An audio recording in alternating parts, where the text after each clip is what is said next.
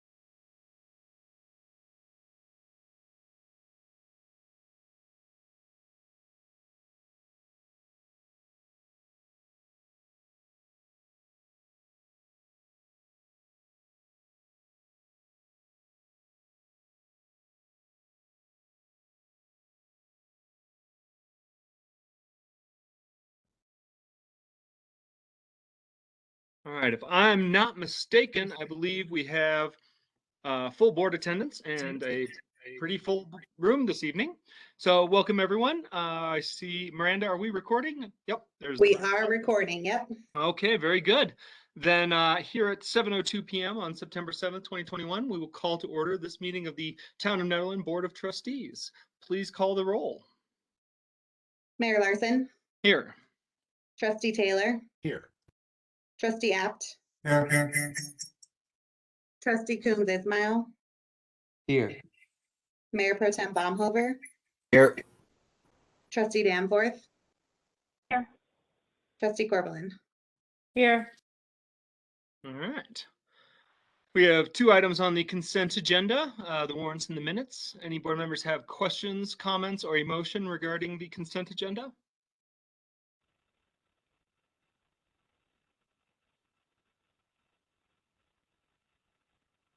I move that we approve the consent agenda. Julian? I'll second that motion.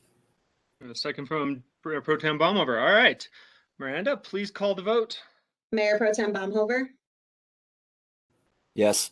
Trustee Coombs Ismail, Yes. Trustee Apt, Yeah. Mayor Larson, Yes. Trustee Danforth, Yes. Trustee Corbelin, Yes. Trustee Taylor. Yes. All right, consent agenda passed. We will move into public comment on non-agenda items. So if you're here to speak on any of the items we have on the agenda this evening, we will have a chance for that comment later. But if you're here to speak on anything else, now would be your chance. Simply catch my attention in some way, and you can have up to 3 minutes to identify yourself and then let us know what you're thinking about.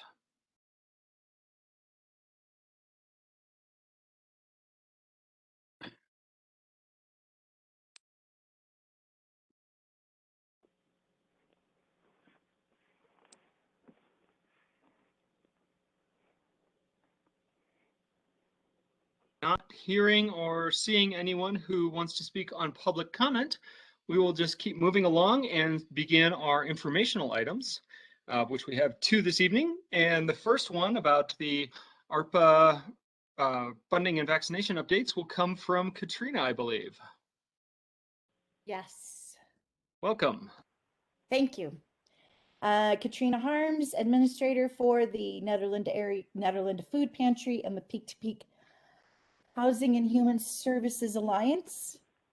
And I'm going to just update you on two things: the ARPA fund outreach and vaccines. So hopefully it won't be very long. The Peak to Peak Housing and Human Services Alliance was chosen as one of 5 organizations to form a steering committee to work with Boulder County and community leaders on a collaborative process to hear ideas of residents and workers, especially those who have been most affected by COVID-19, as to how federal funding should be used, not only to recover, but to ensure Boulder County is able to withstand future setbacks.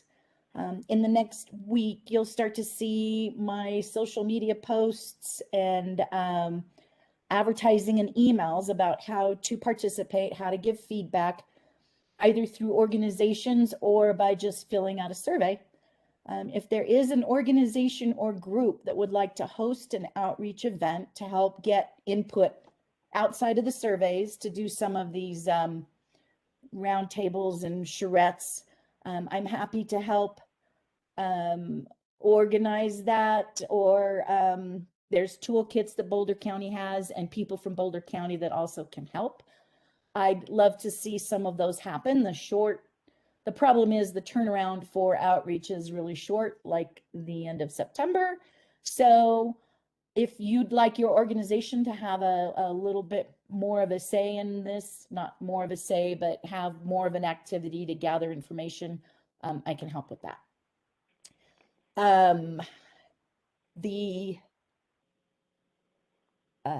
Also on that, well, that's going to be something else. We will have the ability to have a county commissioner.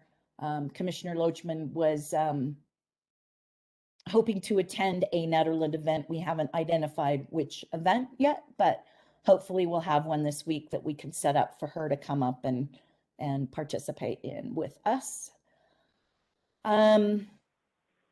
Vaccines and testing. We continue to see more and more people get vaccinated and testing, especially up here in Nederland.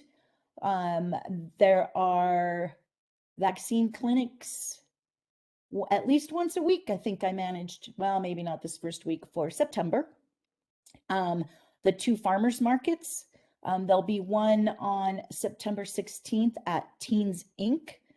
And then one at the Human Services Fair in the end of September, and I'm going to forget that date. And then I'm working on clinics for October again, to have clinics set up at least once a week. Haven't heard the official booster shot information, but if you are immunocompromised, you can get a 3rd shot, and that's a little different than the booster. And you can always come to a clinic and ask, and they can help you determine if you fall into booster or 3rd shot category. Continue to attend Vaccine Equity Clinic Committee trainings, and we're talking about rolling out boosters. I asked Boulder County if they wanted to come tonight, and he sent me some bullets, which I've kind of covered in the last few seconds. But the one thing I did want to read was that generally the positivity rate, COVID rate, is slightly below the county average. It's 4.3% for the county and lower for the peak-to-peak area. We are seeing cases in the area and increased transmissions in the peak-to-peak area. Key message: if you are unvaccinated, you are at a high risk for contracting COVID and potentially seeing severe illness. So that's why we have vaccine clinics. That is my update. Happy to answer any questions on either of those subjects. Thank you, Katrina. Any trustees have any questions for Katrina about either of those topics? Katrina, this is Julian. I may have missed something. You're talking about vaccine outreach. Is any of the vaccine outreach happening at the food pantry during distribution? Is that how you're approaching some of these? Did I say vaccine outreach at the beginning, or, oh my God, I may be misunderstanding. No, I think I left out a very important part of the first item, which is Boulder County has $63 million, and so they're doing outreach to see how they should spend the $63 million. I apologize. Oh, no problem. So if that makes more sense, the first item was regarding the American Rescue Plan Act Right. money. And that's what those outreaches were for. They want feedback from the community on how they should spend it. Right. Excellent. I just misunderstood. Thank you so much. You didn't misunderstand. Thank you. I edited too much. Other trustees, Alan? Hi, Katrina. Hi. Thanks for coming. I just wondered if we had any more information about the percentage of people in Nederland that either are vaccinated or are not vaccinated. So I have been watching the Boulder County dashboard, which is wonky, but all of the tracks are increasing every week with more vaccinations. So it is tracking the fact that more people are getting vaccinated. And in the last week, the percentage went up quite a bit. I can't say, and they don't want to say that those numbers are accurate, but it does show that more and more people are getting vaccinated. We are less vaccinated based on overall zip code information than the rest of the county, but it is going up. Okay, thank you.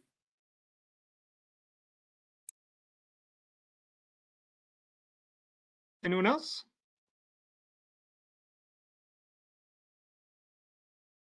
Thank you, Katrina. Thanks. Have a good evening. On to our second informational item, which is, well, pretty much right there in the title. I know I spoke with Marshall Johns last week and thanked him for all he's done. It's never fun to lose someone who has so much history and so much good history with the town. But I'm so excited for him as he's moving on to this next phase of his life and career. Miranda, did you have other information? Yeah. Marshall Johns is actually not here tonight. He's on a well-deserved vacation, but we wanted to bring this before the board now. Just obviously the email went out on the 31st, but just for the public to be aware that Marshall Johns has submitted his resignation. His last day with us will be May of next year, and the purpose of that is to overlap with whoever the new marshal is. I will come back to the board with a specific timeline for recruitment, but generally what we're thinking is that we will ask for applications through the month of October. The PD does have an extensive interviewing process that includes a polygraph and a few other tests, so that'll take approximately 2 months. Our hope is to offer a job to a candidate in January, and then that candidate can overlap with Marshall Johns from February until May, similar to how I did with Karen Garrity. So that's what our hope is, and that's what Marshall Johns' desire is to have that time so he can pass off his 20 years of knowledge. It will be his 20th anniversary on April 29th of next year, and obviously he's put in a ton of time. He's our longest standing employee. So if you see him around or you have his email, we would encourage you to send him a note. But I'm happy to answer any initial conversations the board may have about his resignation or the initial proposed timeline for recruitment.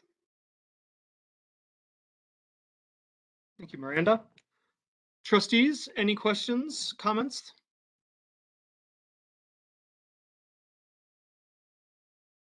This is Trustee Taylor. I was just going to say that it's going to be a great loss and it's going to be very hard to replace him. And I think we're going to have to work very hard to find someone who will stand up to his stature and capabilities. But I look forward to the challenge. One thing, Trustee Taylor, thanks for that. The marshal is a town appointed position. So the person will obviously come before the board, similar to town administrator for that hiring. And of course, we'll form committees very similar to the town administrator, but there will be that opportunity to interview the candidates, the final candidates as a full board. That was my assumption. Yes. Yep.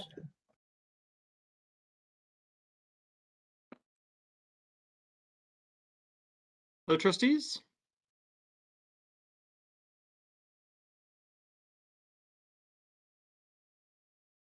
not, I just want to copy what Miranda said, and I really encourage everyone, when you see Larry around town, or either, anytime between now and May, let him know how much we've appreciated the hard work he's done, particularly through some of the crazier times we've seen in Nederland.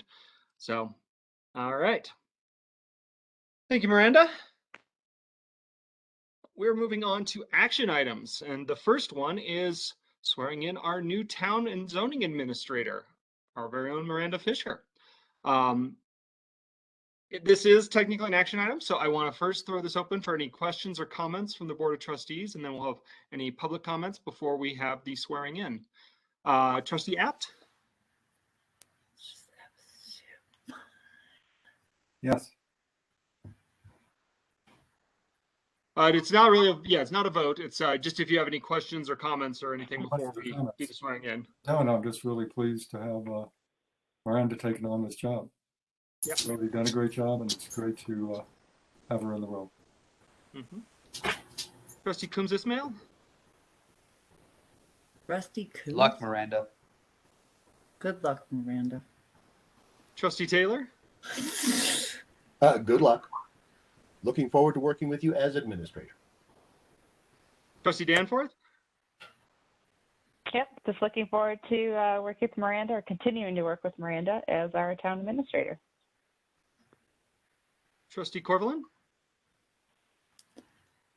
Oh, hi. I was just wondering who's taking over Miranda's job. Nobody. Well, how's that going to be? Nobody's doing that. Who's talking? I'm not entirely sure. Who's talking? I'm having a hard time finding who's talking.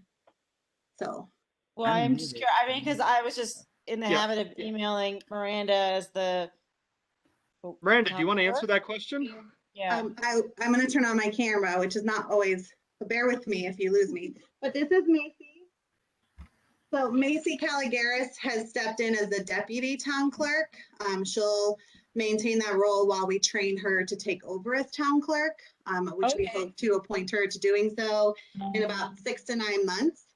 So she'll be doing the job of town clerk, but won't hold the title officially. I will hold that title per state statute for the time being.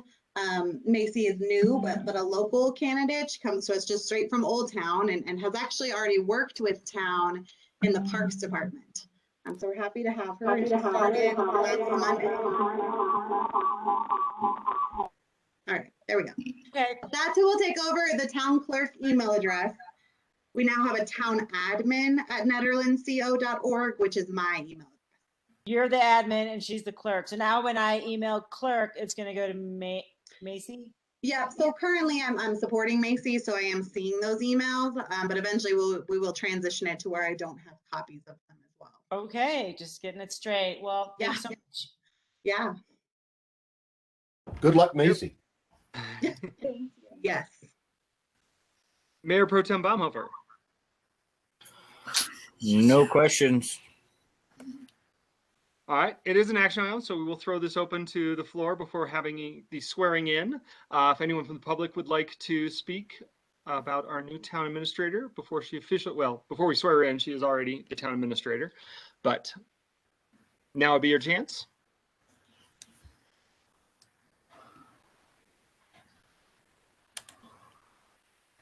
Not? All right. No, I would, am I unmuted? Yes, please identify yourself. Let us know if you're a town resident or not, and then the floor My is name yours. is Tanya Unger and I am a town resident. And I would love it if we could really change this town dynamic to support our administrator instead of being so vigilantly and violently against them in every way, shape, and form. If we could just support this person and understand the crux of what this person is going to deal with on the daily in the name of peace, if we could do that, I would love that. Here. Tanya? Anyone else? Not Miranda? You would turn on your camera. So you can see me. All right. Are you ready? I'm ready. Do this. All right. Please repeat after me. I, Miranda Fisher, do solemnly affirm I, Miranda Fisher, do solemnly affirm that I will support and uphold the Constitution of the United States, that I will support and uphold the Constitution of the United States, the Constitution and laws of the state of Colorado, the Constitution and the laws of the state of Colorado, and the ordinances of the town of Nederland, and the ordinances of the town of Nederland, and that I will faithfully and to the best of my skill and ability and that I will faithfully and to the best of my skill and ability perform the duties of the offices perform the duties of the offices of town administrator and zoning administrator of town administrator and zoning administrator for the town of Nederland upon which I am about to enter. for the town of Nederland upon which I am about to enter. Congratulations. Thank you. Looking forward to working with you in this new role. Me too. Very excited. Thank you so much. All right, we are going to move on to our second action item of the night. And I think it's probably the reason a lot of people are with us this evening. So I am going to turn to our town administrator and zoning administrator to introduce this item. I'm just going to keep my camera off just because bandwidth isn't always great. So there's a lot of pieces here, so bear with me as I run through it all. But tonight before you is a variance request under the Nederland Municipal Code 16205, decreasing the number of required parking spaces for Kathmandu at 110 North Jefferson Street. So pursuant to Nederland Municipal Code 16202, Kathmandu is required to have 38 off-street parking spaces for their new apartment units and their restaurant. That calculated number is actually based on what Rasham and her architect team have come up with, and it's calculated through the total number of living units, the number of tables in the restaurant, and the number of staff working. So we did provide in this AIM kind of how that breakdown occurs. Currently, Kathmandu has 5 off-street parking spaces that are on their site, as well as 4 spaces that CenturyLink has permitted them to use, for a total of 9 spaces. What this means, though, is that they have 29 off-street spaces that they still need to find and or pay into the commercial parking fund for. So what that means is that the owner could pay $2,500 into the commercial parking fund for these spaces, which if paid for all 29 is a total of $72,500. Or she can enter into agreements with parking lots within 300 feet to use as their off-street parking spaces. The Presbyterian Church has allowed the owner to have 15 parking spaces on their property when no church services are happening. I did want to clarify, though, that upon talking to them further, they said that the spaces would only be available as long as they deemed the lot as public, and that at any point in time they could rescind the written permission, especially if they were to develop that lot and reduce the number of parking spaces. The parking lot will also be limited to 2 hours, and there will be no overnight parking, which means those spaces cannot be used for the apartments. None of the spaces on site too will be designated as Kathmandu only parking spaces. So before you tonight, the owner is seeking that the Board of Trustees reduce the number of off-street parking spaces. Again, that number is 38. However, she only needs 29 that she still needs to come up with. Some historical information about this. I know I've spoken to a few trustees, so to give context, there was a building permit first pulled for these apartments back in 2014. However, for unforeseen circumstances, that building permit expired. It was not completed. In March of 2020, the owner hired a new contractor, Harris Stewart LLC, to do the apartments above Kathmandu. Prior to pulling a building permit, town staff did send an email to the contractor asking to meet regarding concerns related to the parking. At that time, the contractor did acknowledge that he understood there was going to be a need for off-street parking that they would have to address. And throughout the month of March, town engaged in a series of email communication with the architect and the contractor about where those spaces might be. And a copy of that first email exchange is in the packet. A building permit was submitted on April 10th. At that time, we did not know what the seating count would be for the restaurant, and therefore could not determine what the total parking count would need to be based on that municipal code calculation. In June, town staff emailed the contractor to find out what that final count was. And at that time, they asked us to meet on site with the contractor, the architect, and the owner to talk about spaces. It was at that time that we learned that 38 spaces were needed. However, the owner only had 5. And then shortly after that meeting was able to secure 4 more on that CenturyLink property. So as the Board of Trustees considers this variance, there are a series of components that you need to assess, which is really the probable number of cars owned by occupants of dwellings, which would be in the apartment, the parking needs of any non-dwelling uses, so that would be the customers for the restaurant, the varying time periods of use, and if there's a joint use of common parking areas that are proposed. It is important to note that the Board of Trustees back in 2011 approved a variance for Salto. At the time, they were required to have 20 spaces. However, the board ultimately approved them to only have 11, which are contained on their site on the northwest and south sides of their building. As town staff, we recommend that the Board of Trustees follow suit with Salto and do a 45% reduction to require the number of off-street parking spaces to 21. If you then include the 5 spaces on site and the 9 on CenturyLink, the owner would only need to provide 14 spaces. Those 14 spaces could then be covered by the Presbyterian Church. Alternatively, the owner could pay into the commercial parking fund for those 14 spaces at a total of $32,500. So the question for you tonight is, does the Board of Trustees approve a parking requirement variance for Kathmandu? And I apologize, the second question should have actually been removed.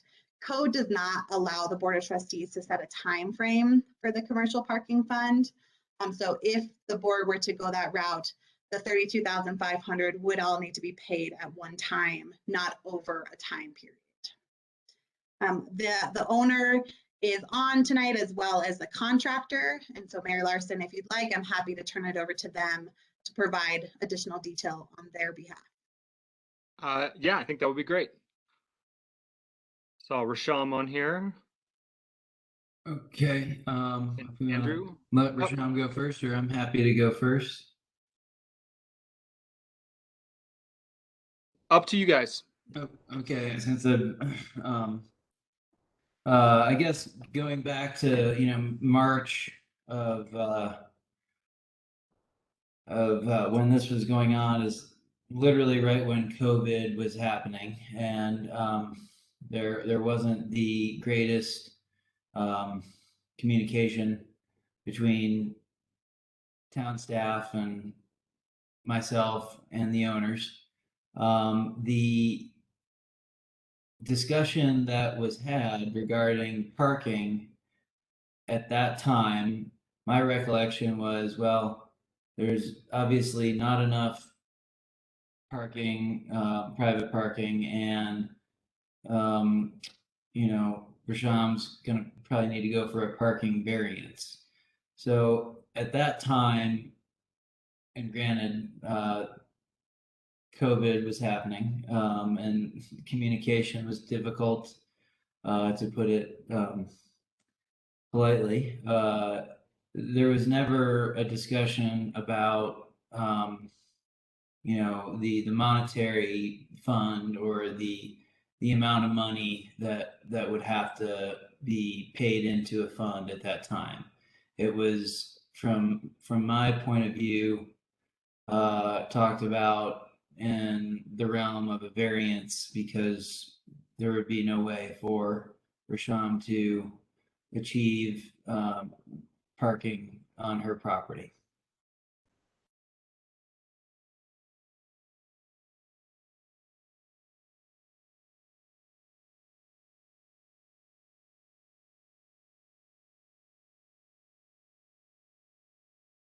And if anyone has any questions, I'm just gonna mute when I've got, leave it open for the floor for questions so we don't have, so I'm not talking over anyone. All right. Do you want us to hear from Rasham first, and then we'll have the board ask questions? Or I don't know, Rasham, or I don't know if Rasham doesn't want us, if you're the one presenting, that's cool too. We can just go straight to board questions. Yeah, thank you, everyone.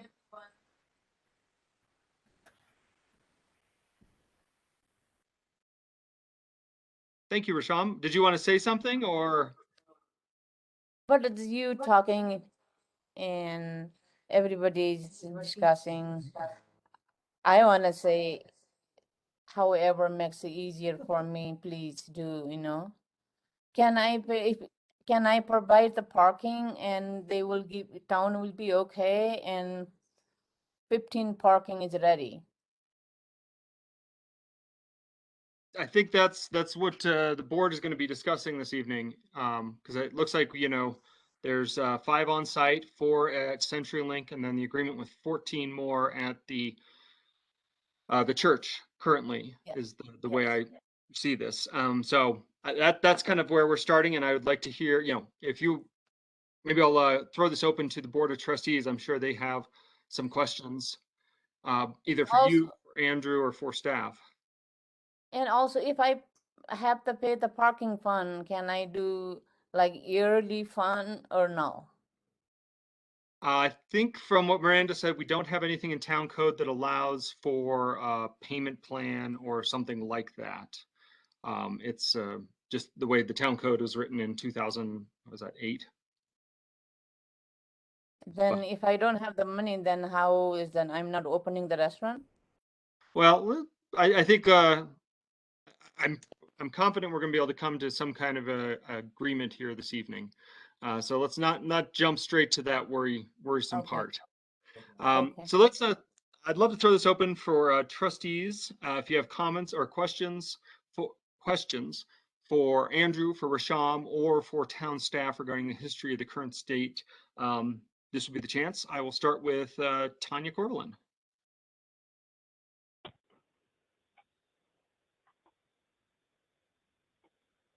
I don't really have any questions. I assume when you were designing the building, you didn't see an opportunity to put more parking anywhere? So I'll turn this over to Andrew, but it's Miranda. I do just want to clarify. So in the central business district, builders can occupy basically 100% of the footprint. And so when this building was constructed, that I think that a lot of that is why there isn't necessarily parking on site. The building, of course, could have been smaller, but in code, it does allow them to use the whole site for the building. Yeah, the original use of the restaurant,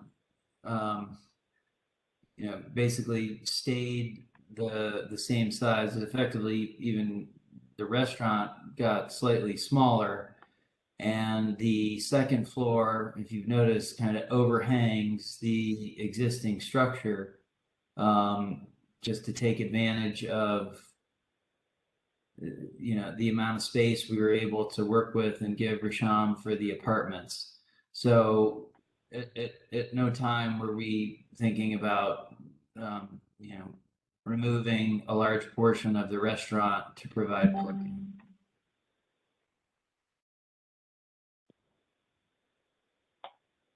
Okay. Thank you, Tanya. Lindsay Danforth? Hi, yes, can you hear me? Yes.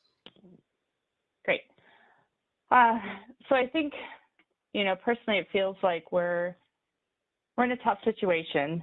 I know that parking has come up again and again in the town, and I worry that about what happens as we encourage infill and adding additional buildings or stories to buildings without requiring additional parking.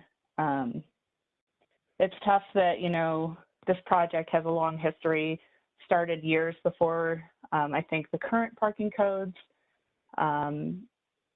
You know, so it feels somewhat unfair to start requiring, you know, so many more spaces than what they were used to. And when they were allowed to build, the building taking up 100% of the lot, therefore not even accounting for any parking at the time. And now to come in and require parking does seem a bit unfair. So it's a tough situation, I think, for all of us. And so I'm hoping that we can find a way to make this work. I think my biggest concern at the moment, you know, I think in the future we want to look at our parking code and how this is going to work long term as we grow. But in the moment, the only real concern I have is with the agreements with private property owners and what happens if they rescind their agreements. So if we say, okay, you can open with these agreements in place, but if the Presbyterian Church decides to rescind their agreement or CenturyLink does, and they fall below the number of spaces that we've agreed to, say in this variance, you know, what happens then? Is there a way that we can require that they find a new agreement or give them the option to pay into the parking fund at that point in time? I just want to make sure that, you know, we're not leaving things open to kind of fall apart in the future and put more pressure on town resources and town parking. You know, I certainly love Kathmandu. It's one of my favorite places in town. So I really want to come to an agreement to keep, you know, a beloved business in business in town. So I guess my question is maybe to town staff and to our town attorney about what we can do with adding language possibly to enforce if we agree, whatever number we agree to, can we enforce that to be in perpetuity, and that they would need to find replacement spots if any of these agreements fall through? I'd like to, Attorney Madsen, I can't pull up our email. So if you wanted to provide that information, that would be lovely. Sure. I'd be happy to address that. And Trustee Danforth, that is a good point that you bring up, that the town would not be parties to any of these private third-party agreements. And essentially, you know, the agreement would be between the Kathmandu and CenturyLink or the Presbyterian Church.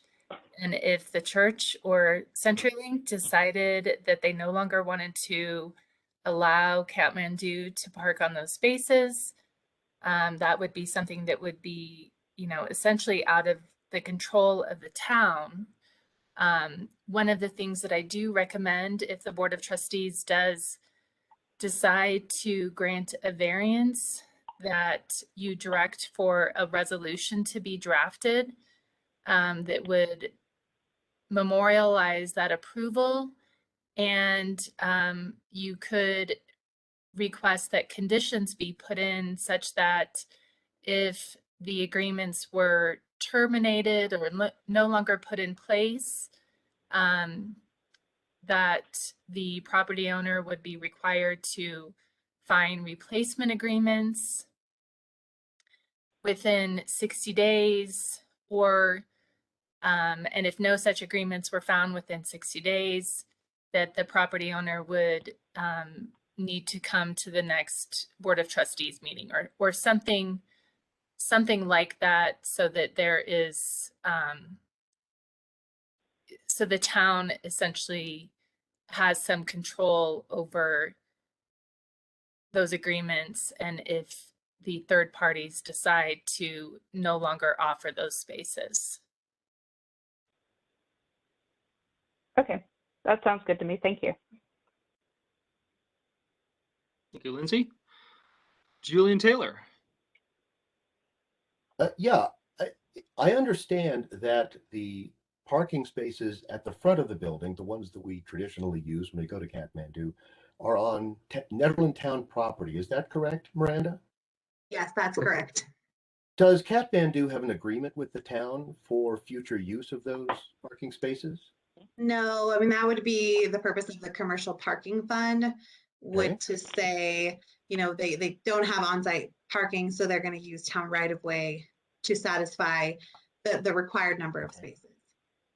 Okay, but if this is a case where if the town were to decide to put another building there or something, Kathmandu would have some say in that matter. Is that correct? Do we have any agreement of that sort with them? Well, so obviously if town were to pursue some sort of building, of course, that would come before the Board of Trustees. There's not enough room in that right of way to. I guess I'm thinking more of as an artistic statue or something. I'm just wondering if Kathmandu can be assured of continued use of that parking over the foreseeable future. Is that a reasonable assumption on Kathmandu's part? So, you know, that's public parking. So of course, I think any business can assume that their customers would then park there. Sure. Now, what Kathmandu cannot do is say, you know, those 7 spaces or however many they are, those count towards my 38 because it's on right away. What allows them to do that is the commercial parking fund. And back to your question, so the transportation improvement project obviously built sidewalks on both the south and east side of the building. And so of course, that's our improvement, and they were contacted for weigh-in, and they're very much a part of that public process, and would be the same case if we were to do more work in that area. Okay. So that's my only question. I just want to follow up to something Miranda brought up regarding the parking lot or the sidewalk on the south, and I'm not sure, Miranda, if you're able to pull up that picture or if it would be easier for me to share a screen. I can pull out if we were referring to the transportation improvement project. It'd be a Kathmandu addition site plan, kind of the permit, the original parking plan that was submitted with the building permit. I don't have the original parking plan in the packet. So do you have easy access? I do. Let me see if I can do this pretty quickly here. So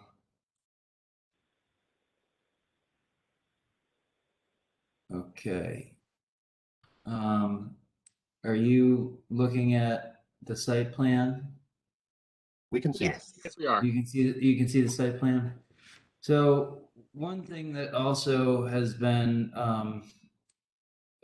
that came up after the permit was issued was the sidewalk project, which is great. I definitely support sidewalks. However, the building is built with an accessible dwelling unit on the bottom floor over here.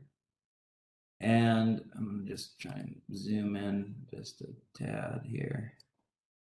So originally there were 3 spots, but this one in particular, this handicap spot was designated to be the closest spot where someone would be able to get out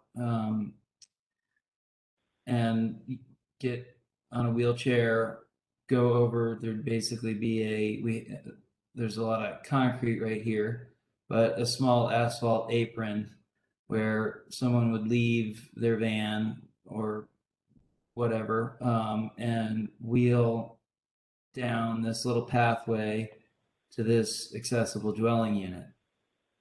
With these 3 spots being gone, we're looking at the other option of adding a second handicap parking spot because we need more than just one for the restaurant. So really it would be, you know, if this became a wider handicap spot, both spots shared this apron, and a resident of the accessible dwelling unit would then basically take this route around the building to the back. So that's been a bit of a head scratcher for us of trying to figure out, okay, what's the best way to get someone into the accessible dwelling unit, because grade, it's pretty flat right here. Most of the water's flowing this way. So as far as a future curb cut, it would have to exist. Like basically, if this right here is a 6-inch curb that just continues all the way until it stops for the alley, it leaves whoever is living in the accessible dwelling unit and having to park, almost at the opposite end of the building and take this route to the ADU. So I do want to offer just a quick clarification, Andrew, if I could real fast. I just want to make sure the board is aware that these spaces that he's discussing are town right of way. Right. They definitely are in town right away. And I got a quick question. And had the town agreed to building an ADA accessible spot there? Had the town agreed to this layout? it's an accessible dwelling unit, so there's a slight difference between an ADA and an ADU, but both require the same handicap requirements as far as a ramp that doesn't exceed 2% grade. So originally the plan had been for the ADU parking spot to be here, and now and the town agreed to that, to build that spot for this project? These were the original approved plans. And subsequently the sidewalk project went in and these 3 spots evaporated, which it's all in the town right away, totally fair for the town to do. However, in thinking about another burden that we're faced with is where does the person who is living in the ADU park? So I just want to say this area, this alley has too much of a swale, and again, without something in perpetuity from CenturyLink, and then changing this grade in the alley to create a dam, these spots kind of are out of the question. And back to this, I think you all have seen enough. I'll stop sharing unless you have further questions. Andrew, it's Miranda. Can you just clarify, are these the stamped drawings from JVA? I'm trying to pull those up. Yeah, These were these are the original stamp drawings from JVA.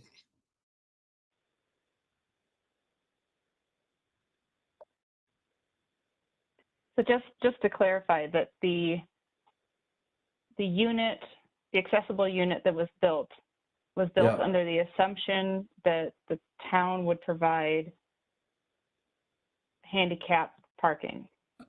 I don't know if necessarily, that was ever written, signed, stamped, and sealed, but certainly when planning the location of the ADU and the pathway and the concrete to get out, this is the area where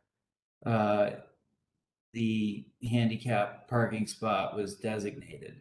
So I understand it's town right of way and town can this needs to now be sidewalk. But that's just been something else that we've been trying to reconcile is, okay, if we add another spot here, it reduces the count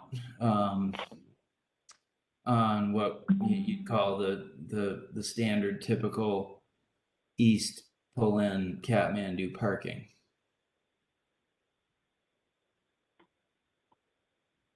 So, Well, I think this is a little off topic right now. well, yeah. I just wanted to point that out, and I'll stop video. I think that did that. The right-of-way spots aren't in question at the moment. You guys have the 5 spots behind Kathmandu, and that's for the apartment, correct? Well, there's technically 4. CenturyLink agreed. I guess I'd have to share the screen again. We can bring back, Miranda can bring back the packet that has the drawings that all the trustees have seen. Okay. We can start sharing that screen again. Okay. And I want to clarify that while these are not the stamped drawings, this is what was provided to us by the architect, which outlines the 38 required spaces. Oh, sorry, over here. Oh, I see. So yeah, what we're looking at now is kind of our current, plan of spots as CenturyLink wants their main concern is having 1 spot dedicated to the very south west corner of Kathmandu, so it would be right below your cursor, Miranda. That is CenturyLink said, give us a dedicated CenturyLink only parking spot here, and we don't have any issue with the 4 spots to the north being used for restaurant parking. And I want to clarify that the other 5 spots that are on site are these 3 to the north, and then these 2 with little boxes in them. Those are the other 2 to make for 5 on site plus 4 from CenturyLink. Are those going to be dedicated for the apartment then, like a little sign reserved for tenant because it's overnight parking? Yeah, I mean, they will need to be such, these 5. As you're stating, Trustee Corvallin, that is accurate. There needs to be 1 space per unit plus 1 space for every 5 units.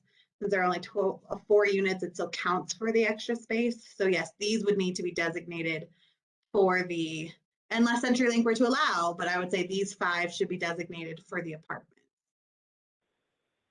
Because you do have that private agreement here, which Trustee Danforth did note, at any time could be rescinded.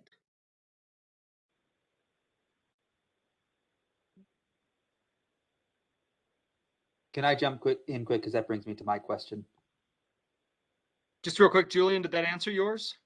We were on you, I believe. Yes, I figured we'd wandered away, but that certainly answered my questions. And I think it's important to note that what the plans were before is not relevant to this discussion. What the plans are now is what's relevant to this discussion. And in moving forward, we're not the engineers who are going to solve this engineering problem. That's entirely up to the contractor. And we are here to discuss how we're going to address the parking issue. But if the engineer's solution for handicap parking involves losing a parking space, that's a calculation that we need to understand. But aside from that, the engineering of the process is not part of this discussion. I'm done. Thank you. Okay. Eric. Yeah, so I just wanted to just clarify for the record here, how many bedrooms are actually in this plan?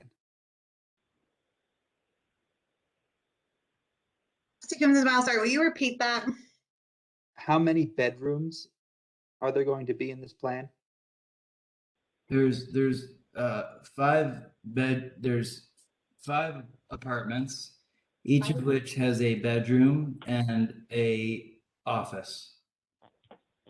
All right, so as I understand it, it's one space required per bedroom, right, rather than per unit. So it's one space required per bedroom with an additional space per every 4 units. So that would mean that we need a total of 6 spaces dedicated to residents. So you that's, yeah, sorry, Miranda. Sorry, it would only be 5 because you have, and when I said unit, I was talking, sorry, because they were 1 bedroom. So you have 4 spaces for each of the apartments. Are there Plus- four 1-bedroom apartments or 5 1-bedroom apartments? Five. That's So what that I means understood. 6 required, yeah. That's 6 required. Oh, yes. My math says the same thing. Yeah, you're right. Okay. So I just wanted to make sure that we're very clear on that, because, I mean, frankly, I have, as I think many of us on here know, I have problems with this parking code in general, problems with the parking fund. I don't think these are great ways of dealing with parking in downtown Nat, especially if we want to encourage more mixed use, higher density zoning. It seems crazy that we're going to dedicate so much off-street space to parking. 38 spaces, I think, is absolutely wild. However, I am very, very keen on there being dedicated parking spaces for tenants. I think that has to be in place, and that accessible parking space also has to be in place if it's going to be called an accessible dwelling unit. Otherwise, it is no such thing, right? I mean, if you literally cannot access it, there's no way it can be an accessible dwelling unit. So in that sense, my primary concerns are that there are 6 dedicated spaces to tenants, that they're clearly marked, and that there's a number to call if people attending the restaurant are parking there and tenants don't have anywhere to park, especially in that accessible space. So to me, that is the primary issue here. I really appreciate the fact that the Presbyterian Church and Mark Stringfellow have offered that parking lot as sort of a place for off-street parking for restaurant goers to Kathmandu. I'd be happy enough with that solution, as well as the street parking on the front. Personally, that's where I'm at. And I don't really, I personally would like to approve a variance with the very, very strict stipulation that those 6 parking spaces that are required for the residences are reasonable, or they're not like scattered across. Like if you're living somewhere, the parking space needs to be there, right? It needs to be at that place. So I really hope that we can come to a solution that finds those 6 spaces and includes one ADA compliant space for the accessible dwelling unit. And as far as the restaurant parking goes, I'm personally not concerned. Thank you, Thank you, Eric. Eric. Alan.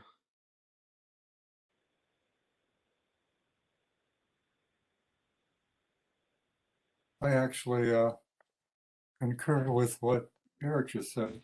And it seemed to me that, Chris, you laid out a compromise solution at the very beginning that's perfectly acceptable to me. And I think that on a different occasion, we should discuss these parking requirements in general, because we are encouraging mixed use, we want mixed use, and yet this is going to be a real barrier, and we don't have adequate parking in the downtown area. So at the same time, we've always hoped the Presbyterian Church would be a solution. And, it may be in the summer, but it certainly won't be in the winter unless it's improved. It sounds like the church is thinking about developing it, quote unquote. And maybe on a different occasion, we should discuss, should we use the funds we've accumulated in the parking fund for helping to improve that parking lot so it's usable year round, and then having appropriate signage so people are aware of it. But that's a different discussion. I don't want to take it up tonight. Seems we have a good solution here, a good compromise. I'm in complete support of it, and would love to see the restaurant back open. And I want to thank Rashawn for doing a good mixed-use project in a key area. Thank you, Alan. Mayor Pro Tem Jonathan Baumhofer. I find myself concurring a lot with what Alan and Eric just stated. Seems here that we've run into an issue with some codes that we have kind of coming into play in an area that is undergoing a lot of development from our town improvement project on our public right of way, as well as public or private landowners improving their buildings in alignment with our comprehensive plans. I personally feel like in this situation, the community has already come up with a pretty excellent solution for us, as well as the town staff doing their due diligence and looking back at previous precedents in similar situations when folks had developed private property in alignment with town comprehensive plans. Apologies, my dog's a loud drinker. So I guess my one thing I would like to comment on is that I am not sure that we need to put any clauses in this that give control necessarily back to town should private agreements fall through.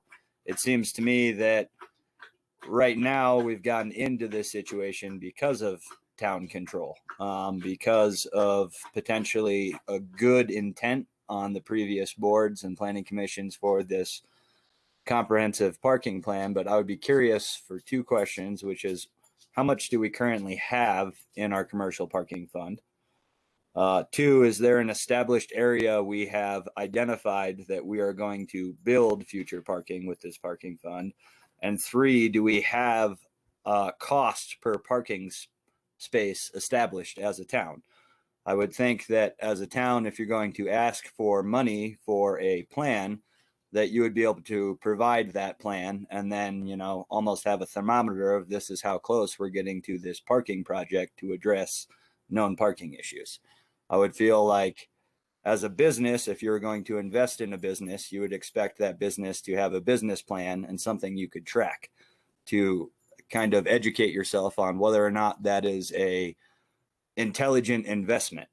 And as a town, I'm not sure if we have provided our citizens or our businesses with enough of a comprehensive plan behind the idea of this commercial parking fund. It's a good idea and it was a good start, but it seems to be getting us into a lot of trouble with the realities of non-conforming uses in our downtown area. So maybe Miranda, can you answer those questions or should I repeat them? I've got it. So currently payment into the commercial parking fund is $5,000. So we had a property pay for 2 spaces. The initial discussion here, if you can see, this is the transportation improvement project site plan. What is on the south side here, these spaces that are dotted out, they're actually not a part of the TIPS project. And so the original discussion was that, you know, if there were to be further payment into the fund, we could officially develop these. Of course, this is just a dirt lot right now and people already use it to park, but the desire would be to put up parking blocks and really designate these as parallel parking. Of course, to kind of make up for maybe areas in which parking is lost. Now, in terms of the cost of the space, that has not been determined. Of course, we charge commercial parking fund by what's in the code. Chris Pelletier has argued that $2,500 a space is not enough to develop, if we were to say pave the lots as well to develop these. So a study or a parking analysis would need to be done for that cost. The thought was just so as payments rolled into that commercial parking fund, we of course are required by code to use them to develop more parking. Okay. How much do we currently have in this parking fund? $5,000. $1,000 after 13 years. $5,000, correct. After 13 years.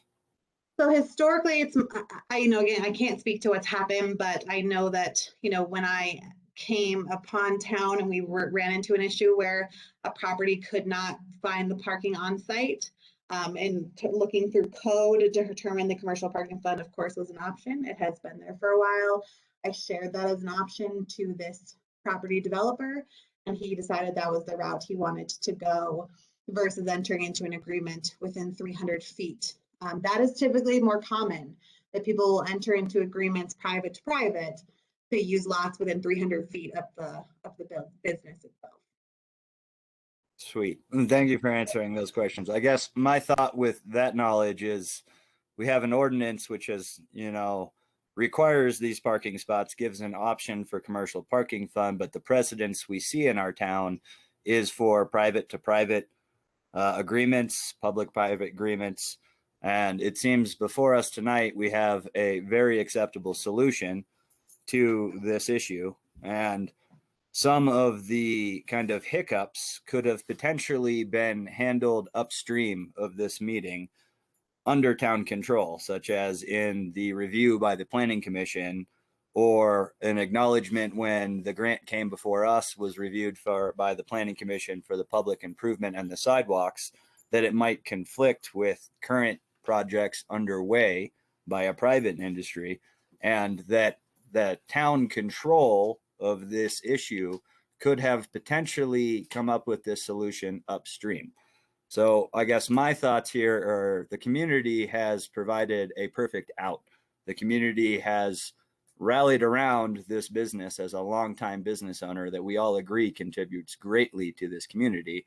And that I can agree with Alan and Trustee Combs Ismail that there should be a requirement that residents have the designated parking for their domicile or where they are dwelling. I think that is a reasonable thing as a town to require, because it's showing respect of that resident that you will always have a place to park and you will never get home to somebody or some event parked in your place and you've just gotten off a long day of work. So I would love to see us pass this variance with only the requirements that residents have designated parking spots and that the ADA unit or the ADU parking unit can be accommodated. But I don't see a need for town to exert more control should the arrangement provided by the Presbyterian Church fall through. I think at that time you would just have faith in your community as a strong community to come up with another solution. In terms of the payment into our commercial parking fund, I feel it needs to be stated after 13 years and multiple conflicts in the last 3 years I've been on this board, it's high time that we meet and amend this ordinance in actual reflection of the realities on the ground in our town, and that we need to kind of get a rein on some of the conflicting ways the BOT is going in terms of having an ordinance that requires parking that can't exist, that doesn't have a plan to exist, while also asking for infill and mixed use. So those are my comments, and I appreciate you all time. Thank you, Jonathan. Yeah, I mean, I like everyone else, I'm finding myself in great agreement. I really see this as there's actually like two pieces to this. There is the restaurant parking piece, and I think it sounds like we're all, from what I've heard on the board, we're all in agreement regarding the use of the dedicated spots here on private property.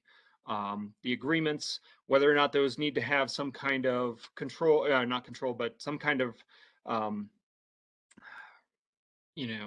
whether or not we need to have in there a clause regarding if the Presbyterian Church decides to build and expand, double the size of their church and take over that lot 3 months from now, then there's questions there. We have a open, oh, there we go. But I think we all are in agreement that the 38 spots and coming down to the number where it's 14 spots being provided for that is good. I think we're in agreement. My question, and this may be a question back for Andrew or Rasham, goes back to the apartments. Jonathan, you just said you agree that every apartment should have, or each bedroom, based on our code, in this case, each apartment should have a dedicated parking spot, but we're only seeing 5 dedicated parking spots for 5 apartments. We need the 1 extra according to our code. And then the second question I have, so first is there a way to find a 6th parking spot to bring that up to code? And the second question is, you have ADU, this accessible dwelling unit, yet it seems like all of your handicap parking was provided by the town. You're not actually providing any handicap parking for that resident. So I guess, this is the obvious, is there a way you can re-engineer or rejigger things to provide one additional handicap parking space that is for that accessible dwelling unit. Because then I think we're there. But my question is, how do we square the fact that we don't have the 6 required spaces for the apartments on the property? I'd just like to clarify. I agree it should have 5 parking spots for the 5 bedrooms. Our code requires 1 extra per 5. So we're actually requiring 1 extra, which generally I know the thought behind was for visitors and for other folks. We also have to recognize that this is less than 300 feet from the RTD, which does allow overnight parking for visitors. So you're asking for an extra variance for that as well?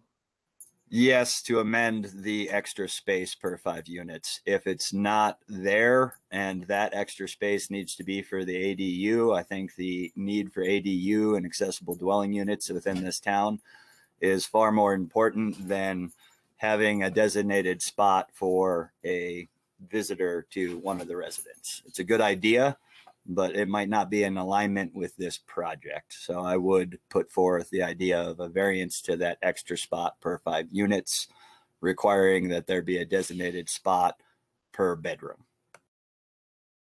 I kind of disagree on that, because you don't think there's going to be like a couple that lives in these apartments, or that somebody might live in the office or anything like that. Are they strictly only having one person living in an apartment? Like, that doesn't happen very often. I think 1 should be the minimum, really, because I could see there being couples living in every one of those apartments, you know. So that's just my opinion there. We would have to require only Franciscans live there. Yeah, exactly. I pose this question also, to Andrew and Rasham. So is that what you guys are asking? Because I didn't see anything in the packet application saying that you wanted to we're seeking a variance on the number of spaces for the apartments.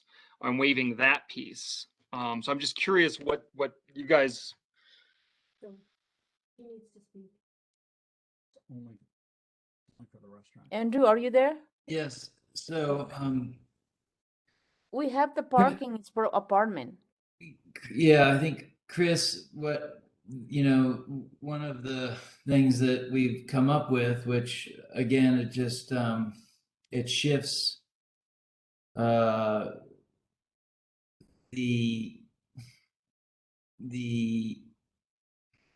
number of parking spaces on the east side when you add another handicap spot. So if there's 2, but those are the town proper. Those are town spots. You're asking the town Oh. to change, right? That is my properties. Sorry. No, it's town right of way, Rasham. One. There has been another idea that has been kicked around that has not gotten. We would need to get JVA's approval, but I can present this to you if you let me share the screen. And so I'm gonna just kind of, to answer your question, Chris, here would be, after giving this much thought of where on private property can we accommodate an additional handicap spot for the ADU. This is what we've got as another, a potential option. But again, we need JV. Are you intending to share, Andrew? What's that? Are you intending to share your screen? Yeah, I was trying to. Okay, we were seeing Miranda's screen still. Thank you, Miranda. Okay, are you? Try sharing now, Andrew. I'm sharing now. Try. No, we're not seeing it. Okay, here we go. There we go. Okay, so here is another kind of like the only other thing that we could come up with And sorry, my draw board is taking a second to load here. But let's see if zooming out. Well, I think, okay, here we go. And if you could move your cursor more slowly, Andrew, because it's not showing up on the shared part. So I'd say move a little more slowly with the cursor so we can see where you are. Okay. Can you see me now with the I'm seeing your cursor. Yes. you see my cursor? So currently, you know, one proposal would be to have two, you know, Kathmandu Plaza has a handicap spot in this area. And if we shared this apron with an additional handicap spot, and then we paved this would be hard pavement per code. You're not allowed to just use gravel. It would either be concrete or pavement. And again, we believe that this plan can meet and comply with the, you know, not exceeding 2% grade, so that if this were the parking spot for the new ADU, the resident would be able to get out and wheel across hard pavement. We would propose some underground PVC drains here because a lot of water flow comes this way. So with, you know, if talking with Chris and Nathan and proposing this idea, that if we get two handicap spots that share a single apron and do a hard paved pathway coming all the way down to where the resident of the ADU would access. Again, it's this would be the way that we could say, hey, we can provide on private property a handicap spot that you know is the best case for the ADU. Andrew, it's Miranda. Can you confirm that you have not run this by JVA or Chris Pelletier yet, correct? Because one concern I do have is about the road width then coming around to the west of the stairs, how you narrow that in quite a bit. And so I just want to confirm that it's not been reviewed by JVA, right? I believe Chris has seen this, and I'm not sure if he's on the call tonight or not. But the you know, kind of the moving parts at the tail end of this, and trying to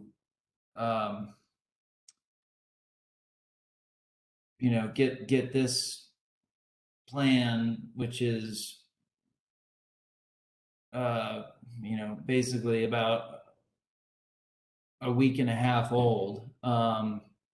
This was something where, you know, this would be the only other way we could conceive of providing a handicap accessible spot on private property that were there and was never going to be affected by town right-of-way improvements or the Presbyterian Church or CenturyLink. I think it's a good, you know, this area is virtually flat. I mean, water does go down this way. And, you know, what we don't want to do is create a dam where water is being directed towards the Kathmandu Plaza entrance. I think that it's feasible to be able to get subsurface drainage to go underneath a hard paved pathway. But this is currently, what we would present. Yeah. I guess I'm trying to ask if what I'm hearing is, Andrew, it's not town's problem to figure out how to engineer this and figure out where the ADU's parking spot is. It's your problem.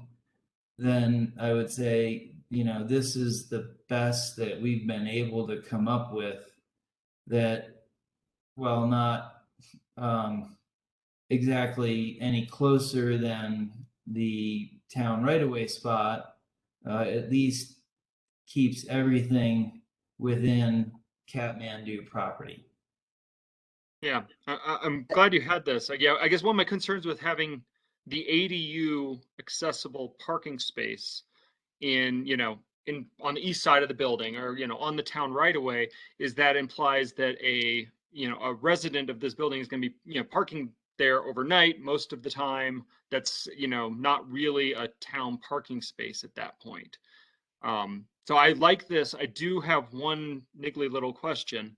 And that's, from the drawings that I can see, this is basically taking one space from the Kathmandu Plaza, reducing that by one. This doesn't run into any issues with them there not being enough spaces for the apartments in that building, does it? It would create an issue unless the Board of Trustees were to provide that variance where they don't have to have that one extra space for every 4 units. You would need to approve that in order for this proposal to work. Sorry, I'm counting the same number of spaces, or? So there were already 3 spaces there. So what you would be doing is dedicating that handicap. So you could then say Kathmandu Plaza is now one of these other 5. Gotcha. Right. Trading 1 for 1. But you need to provide that variance of the extra space for the 4 units, for every 4 units. It doesn't solve the variance question, but it does solve the handicap accessible space question. And I would just ask if the Board of Trustees is to move forward with this, just to get that confirmation from Chris and JVA that this proposal works.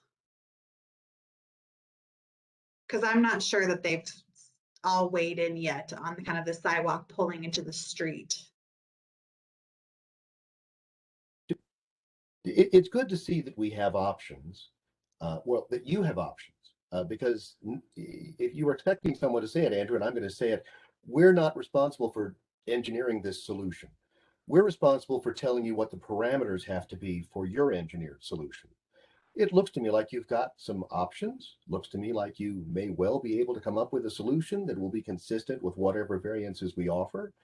I'm glad you showed us this, because it indicates that there may be an additional variance we may need to describe in this contract that says you only need 5 parking spaces, 1 for each bedroom. It's something that's not in the packet, but that's something we may need to consider at this point. So yeah, I mean, it's good we have this, but yeah, you'll need to get this reviewed by Chris Peltier and JVA, and if this is approved by them, then we on the board certainly do need to make sure we're providing the variances that we believe are appropriate in order to provide for the residents on the 2nd floor, while also allowing Kathmandu some options.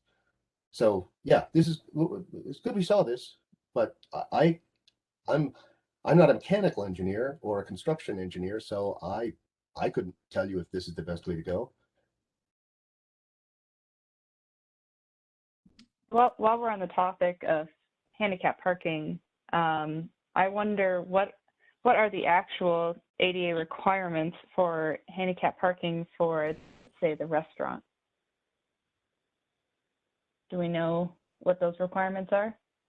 I can look it up. It's 1 space for every so many X amount of spaces. Give me a few minutes, I can look Okay. that up. Those are going to be provided most likely in the right of way of town, I imagine. Do you mind? Have you all seen enough of this? Yeah, you can stop. Yes. Yeah, you can stop sharing Yeah. that. Thank you, Andrew. Yep. While Miranda's just- looking that up, Go ahead. other trustee comments. When we get that answer from Miranda, I want to throw this open to public comment because I know we have a number of people here. I really appreciate all the letters we've gotten over the last couple of weeks. I'm sure I'm speaking for everyone when I said, say we've read them as they came in, and those that are in the packets, and also those we've received also individually. So I really want to thank everyone from the public who's weighed in on this. But we also will have the opportunity for those who would like to speak this evening, or we bring this back to the board for further discussion and to try and come to an agreement and solution.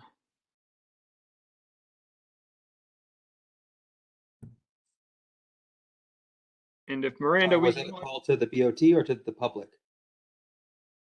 This is to questions, if there are any other questions from the BOT first. Because I was waiting for her to see, I don't know, I was going to give Miranda a few minutes here to see if she came up with that answer, but we can also come back to her after. I have the answer. There we go. So it's one space for every 1 to 25 spaces. So then as you head into 26, then you'll need 2 spaces as that goes to 50. So they'll need 1 ADA space for the restaurant, basically. Correct. Which looks like the only way to provide that is in town right away. So at a minimum, it sounds like to me that in addition to the private agreements, that they might have to pay the town for 1 spot, 1 ADA spot, right? Would that be a correct assumption? Yeah, if they can't satisfy that on their own parking lot, that would be an appropriate $2,500 payment for that. Okay. I was just going to throw out the notion that as long I'm not too keen of like going in and through this variance approving variances for other properties. I think that's a bit messy, and that those properties probably need those spaces as well. And I don't know the details of that, so I wouldn't be willing to just kind of arbitrarily, without any kind of information or any information in the packet, kind of approve a variance for another property where I don't know what's going on there and who needs those spaces. So I think that to me, it would be absolutely perfectly reasonable to essentially approve a variance. This is, my own personal feeling here, of essentially taking those 38 spaces and just nixing 32 of them and saying you need to have 6 spaces. One of them has to be for the accessory dwelling unit and be a handicap space on that property. I would even be fine with the extra space, that extra 6th space, being on CenturyLink property. Personally, I don't think that private agreement would make sense for the extra space. I just don't think that the accessible space can be there. That's my feeling on it. All right, thanks, Eric. I want to throw this open for public comment here. So for anyone who would like to speak on this, you can have up to 3 minutes. As usual, raise your hand or Hello, I'd like to speak. And so yes, who is this? Okay, this is Kathleen Chipeye. Kathleen, sorry, before yeah. you start, I want to apologize. It's been brought to my attention that I missed your hand raise on an earlier topic. So I apologize to you. I'm going to send in my comments about the administrator for the next to put in the next packet. Okay. I don't want to waste my 3 minutes on that. I have 3 minutes that I'd like to use on this subject. Hello? Please go right Okay, ahead. great. Yes, I just wanted to apologize. Okay, great. Thank you, Chris. I accept your apology. Per the code, Kathleen Chipeye, a 30-year resident and 18-year business owner. Per the code, parking plans are verified before any construction permitting is granted. The plans were approved before the grant of the sidewalks existed. The sidewalk grant was never publicly vetted before or after it was applied for. So the town right now has an approved construction permit, building permit to Rasham, and then the town, without any public vetting, is now adding this sidewalk project. So I have a problem with that when it comes to policies and procedures. And then I'm kind of shocked to hear Salto has 11 parking spaces tonight, because when we were doing Ron Mitchell's SRU back in February and March, Salto's parking was brought up, and Miranda had said that they had an agreement with Mr. Ron Mitchell for parking. Ron Mitchell verified they never had an agreement with him. So back in February and March, as far as we knew on public record, Salto had 0 parking spaces, and tonight we hear there's 11. So I just Cora requested the map of where those spaces are. But I am more concerned about the way businesses are being treated differently. And let me just say, Kind Castle has 4 spaces, and all 4, if you can call them that, encroach on town property.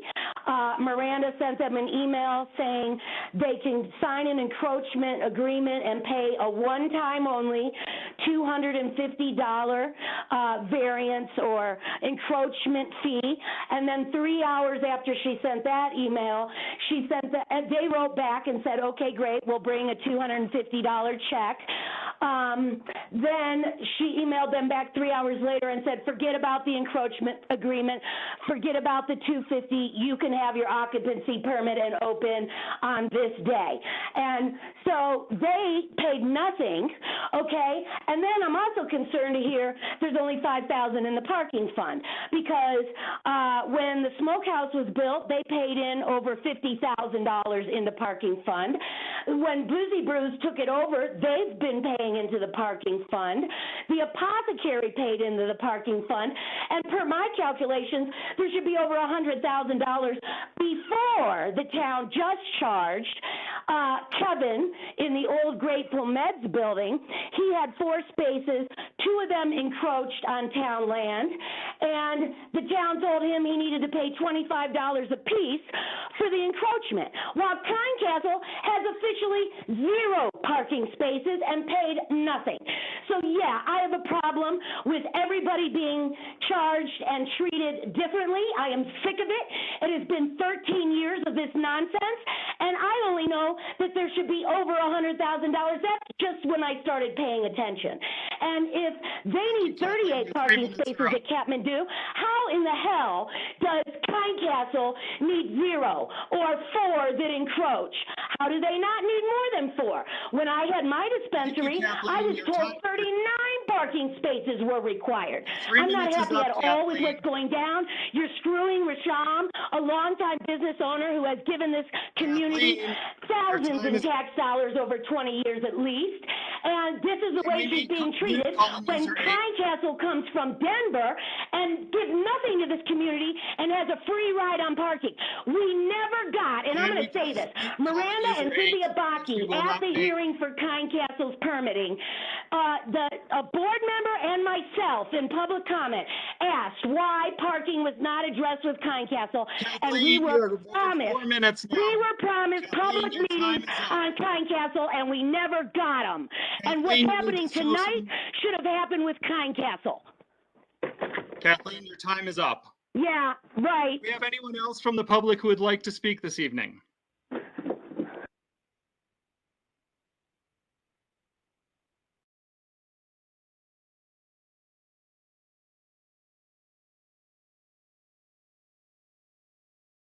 Anyone? I'd like to make a comment. Please. I think that the. Who is it? Sorry, I'm looking at, is it you, Ron? Just identify yourself for the recording. Ron Mitchell, Nederland resident.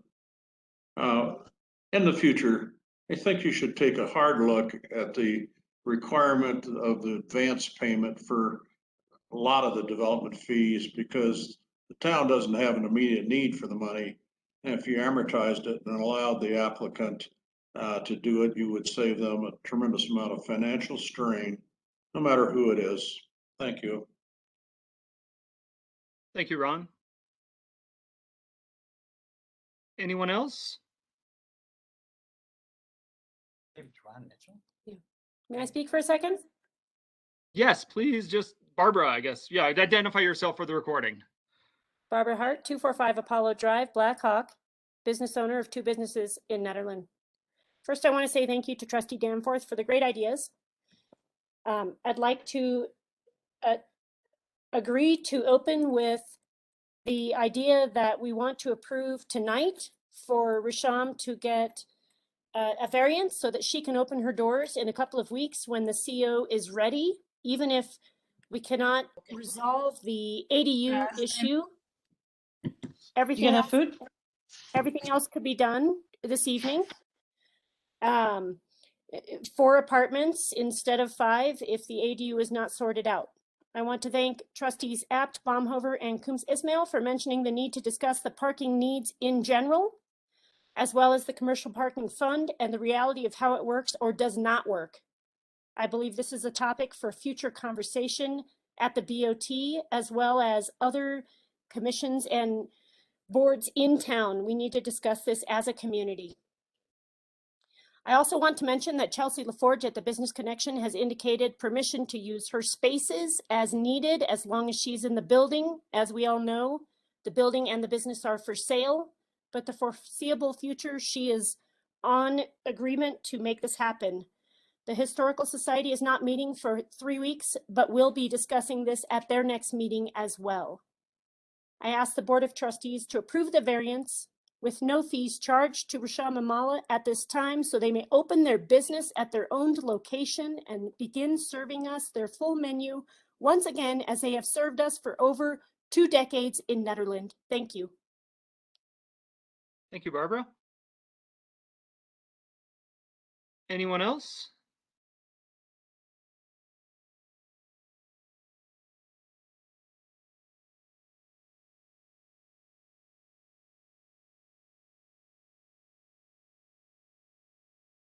Not seeing or hearing anyone else. So I will bring this back. Thank you to everyone for listening, and I hope if anyone has any questions that come up, feel free to contact me directly. And at this point, our goal moving forward, obviously, is going to be to present this formally to JVA and Chris. As Barb said, ADU aside, if that can't be figured out, I support and would second what Barb said. Thank you so much, everyone. Thank you, Andrew.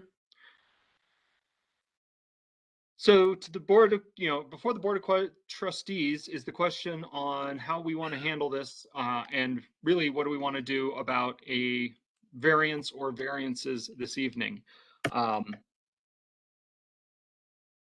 We have before us, we have various proposals before us regarding the variances. One being to waive the requirement for the bulk space. So it requires only 5 parking spaces on property for the apartments. One that would require the 6 spaces as code says, and one of which would have to be, or either way, one of which would have to be an ADU or ADA accessible space on the property. And then the question regarding the variances are the use of the private agreements and the clause on there and whatever requirements we'd like to put on there regarding if those were to be rescinded, what that means for the parking overall. So there's a lot of, unfortunately, a lot of little pieces here. So let's, I'm trying to think of the best way to do this efficiently. Maybe I'll just poll the trustees. We heard from Eric just before public comment. I'll start with you again, Eric, in case you heard anything in public comment that you would that changed your views regarding the restaurant parking, the apartment parking, and the ADA accessible parking questions.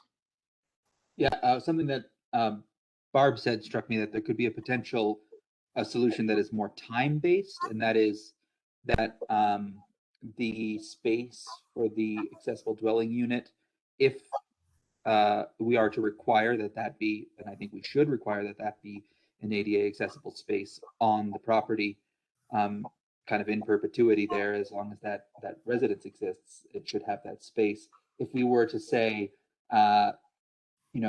conditionally approve it and say the space has to be constructed within a certain amount of time, and if it doesn't, then that unit is technically not a dwelling space and can't actually be rented out until that space is built. Is that something we can do?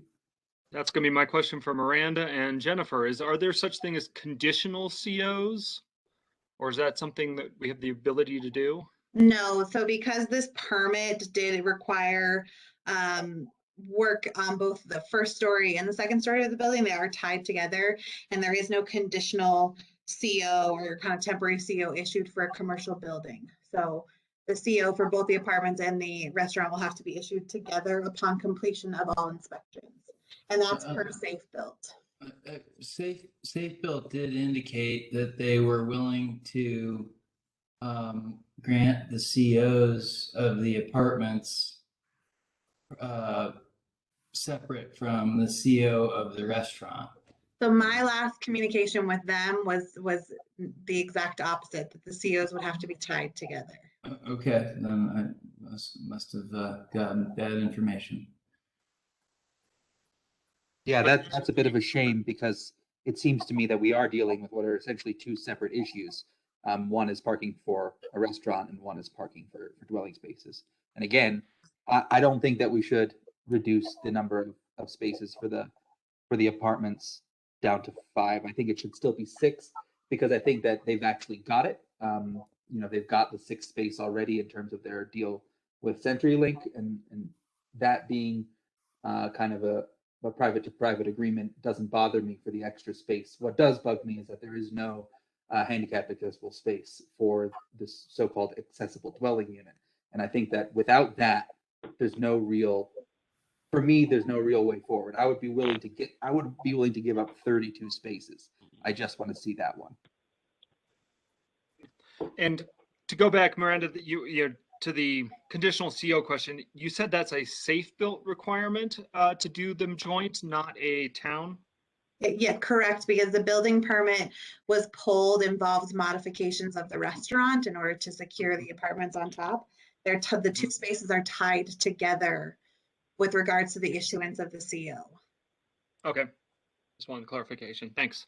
I will just say, as so everyone is kind of aware, on a timing standpoint,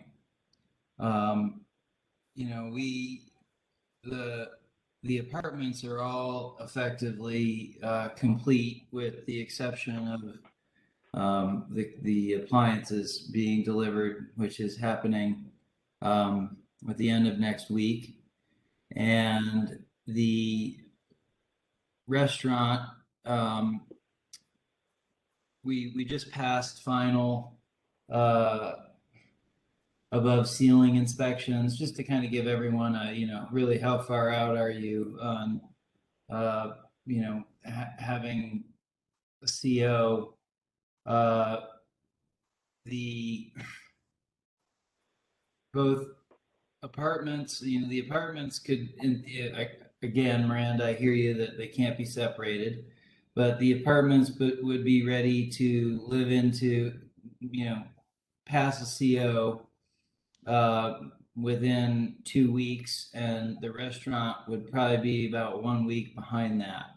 Our goal would be the, end of September to have this resolved.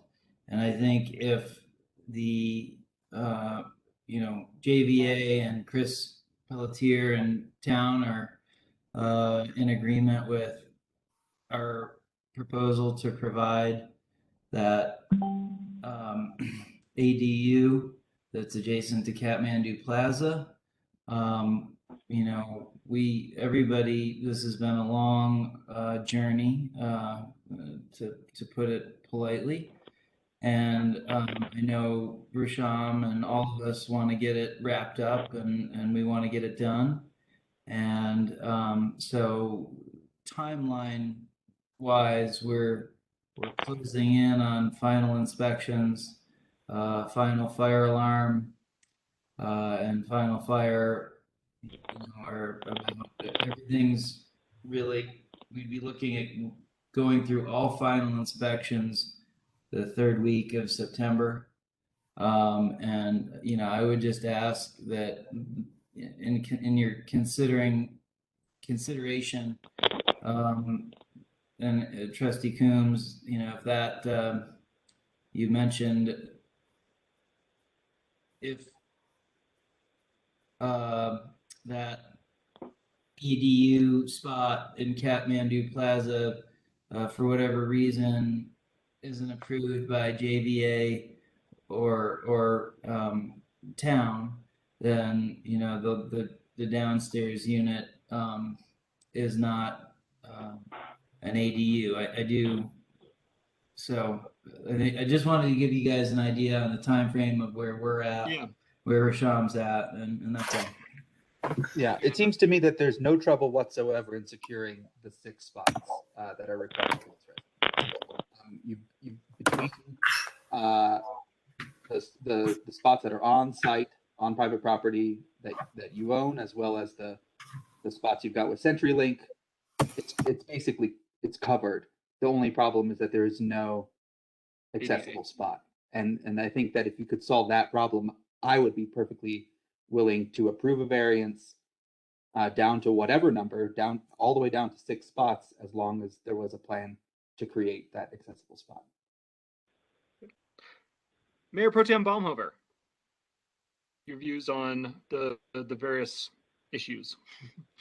Well, a lot of moving parts in a lot of different places. So I guess what it boils down to is, it seems, one quick question, by timeline, we don't seem to have a likely CO being issued before the 21st. Is that correct, Andrew Rasham? I think not by the 21st, but probably shortly thereafter. Shortly thereafter, yeah. The 28th, let's say. That's fine. 21st would be our next BOT meeting. So I guess what I'm seeing is discussing, basically hashing out what we can agree on as a board for a variance, and then we could have a motion to table and get back the actual plan for providing this ADU. I'm in full agreement with Trustee Combs Ismail that I would be willing to pass a variance, bringing it down to the 6 required spots, really focusing on the needs of the folks dwelling inside these apartments to have parking. Our parking issues as a town, particularly in the visitor center there and all the way down First Street, we have all agreed generally as a majority on this board needs to be addressed. Hopefully we'll find time and are busy with everything else that has come up and is before us in the next few months to start addressing that. But it looks like we could spend tonight basically hashing out a variance so that we all agree on it, so that it could be then tabled until our meeting on the 21st. And the only discussion therein we would have would be to be given the evidence and final approval that those 6 spots that we require in our variance can happen. That's, I guess, how I'm seeing this. And I would be in agreement with Trustee Combs Ismail that I would like to see a variance that takes away a requirement for parking that, whether or not the idea of it is good, simply does not exist in reality on the ground. Thank you, Jonathan. Trustee Taylor. Yeah, I'm generally agreeing with Trustee Coombs Ismail and Mayor Pro Tem Baumhofer. I'm entirely prepared to vote for a variance that accepts the parking spaces that Kathmandu has contracted for with other organizations, and just leave it at that, as long as the residential parking is addressed properly. So I'm on board with that. Okay. Trustee Danforth.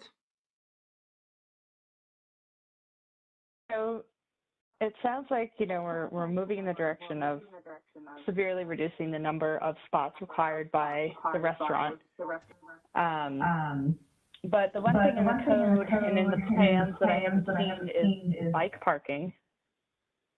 So, you know, using alternative methods to get to Kathmandu, such as riding a bike, especially for locals, I think would help the situation here. And I know it's required in code, but I don't see it anywhere in the drawings of where the bike parking would be. So am I not seeing that? Am I missing something here?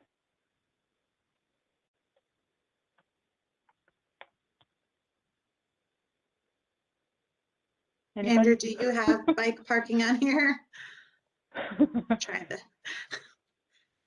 Someone, I guess I'd be turning to Andrew for that information on where he anticipates the bike, where on your site plan. I'm sorry, I was, what was that, Miranda? Bike parking. Where do you have bike racks for parking? Okay, so it'd be the southeast, corner. Well, there'd be a couple of different spots. One spot is, the southeast corner, where again, we have there's basically a planter.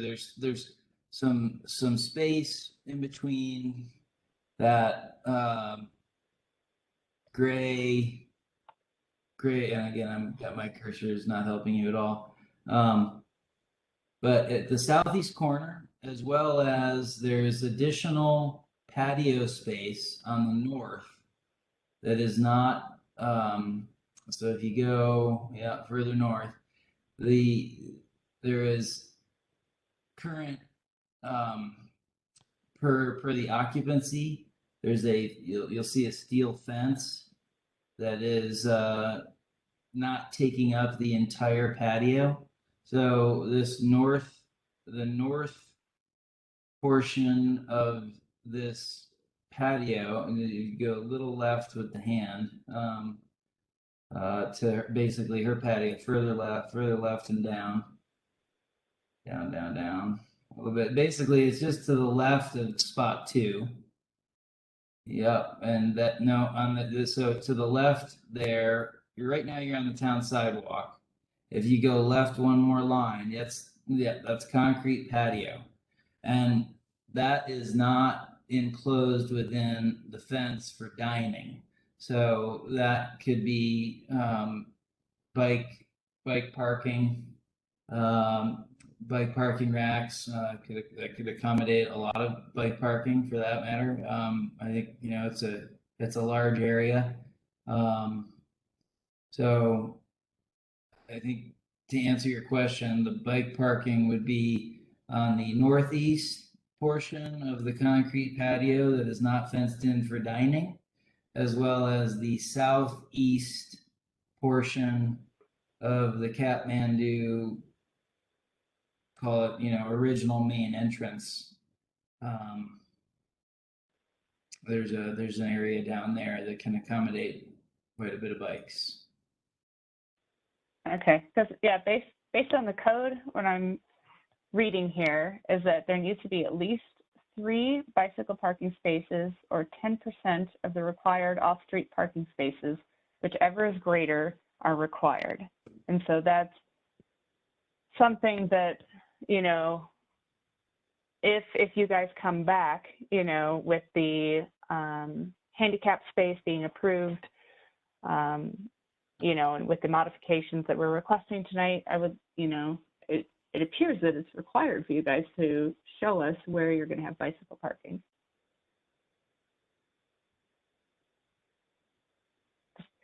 I think in this town, certainly that's going to get used. Yeah, I can make sure that, you know, I think first thing to add to that proposed ADU ramp that crosses from Kathmandu Plaza to the ADU of Kathmandu would be to denote bike parking, and we can do that tomorrow and get that sent in to JVA for approval. Yeah, I mean, I think that'd be great. Just you know, aside from it being required, I think that in terms of trying to alleviate some of our parking problems, being able to have bicycle parking for all the people that are coming through town on all of our wonderful trails and our beautiful roads, I think that, you know, this would be something that we should certainly draw attention to, that it's going to be available. Yes, I agree and understand, and we'll make sure we've got all of the bike parking noted on the proposed ADU accessible plan that'll be done and submitted tomorrow. Perfect, thanks. Andrew. Thank you, Lindsay. Alan. Trustee Apt. I move approval of the variance with the stipulations that the 6 spaces be resolved by the meeting on the 21st. Are you making a motion to do it, or? I am. I'm moving You are. approval of the variance. Okay, so this, just to be clear, this is the variance waiving the 32 spaces for the restaurant and requiring 6 total spaces, 1 ADA accessible for the apartments on the property. Correct. Okay. I hope I can get a second. We have a motion on the table. I'll second that. And then now you've seconded, I was going to give you a chance to comment, Tanya, because I hadn't quite gotten to you yet. Well, that's true. I don't think there's much. I just do agree with everybody regarding the apartment spaces being the priority. The restaurant, that, I mean, if we look all around town, everybody's parking in the right of way, so we should just let that go. But you don't build housing without providing a parking spot, you know, and so that's the minimum that I think should be enforced here. And if there's a handicapped apartment, there needs to be a handicapped parking spot. So let's hope they can figure that out by the 21st, right? That's kind of what I proved. Yep. Okay. Okay, so Could I offer to just make a friendly amendment to Alan's motion? Yeah, go let's right hear ahead. it. You can offer it. Alan, I'd just like to make a friendly amendment that we require that 5 of the 6 spaces be on the property rather than be agreements between other property owners. Oh, absolutely. And dedicated. It's Andrew, or sorry, it's Alan's motion. Alan, do you accept that friendly amendment? Yes. Okay. I do just want to clarify one thing, because we have a motion on the table, but before we vote on that, the motion that was stated was to approve the variance, but how do we want to do that so that is it going to have to come back to us? Or I guess the way with variance was stated, it's only a variance if they provide the ADA on site, so it would not be coming back to us on the 21st. Is that correct?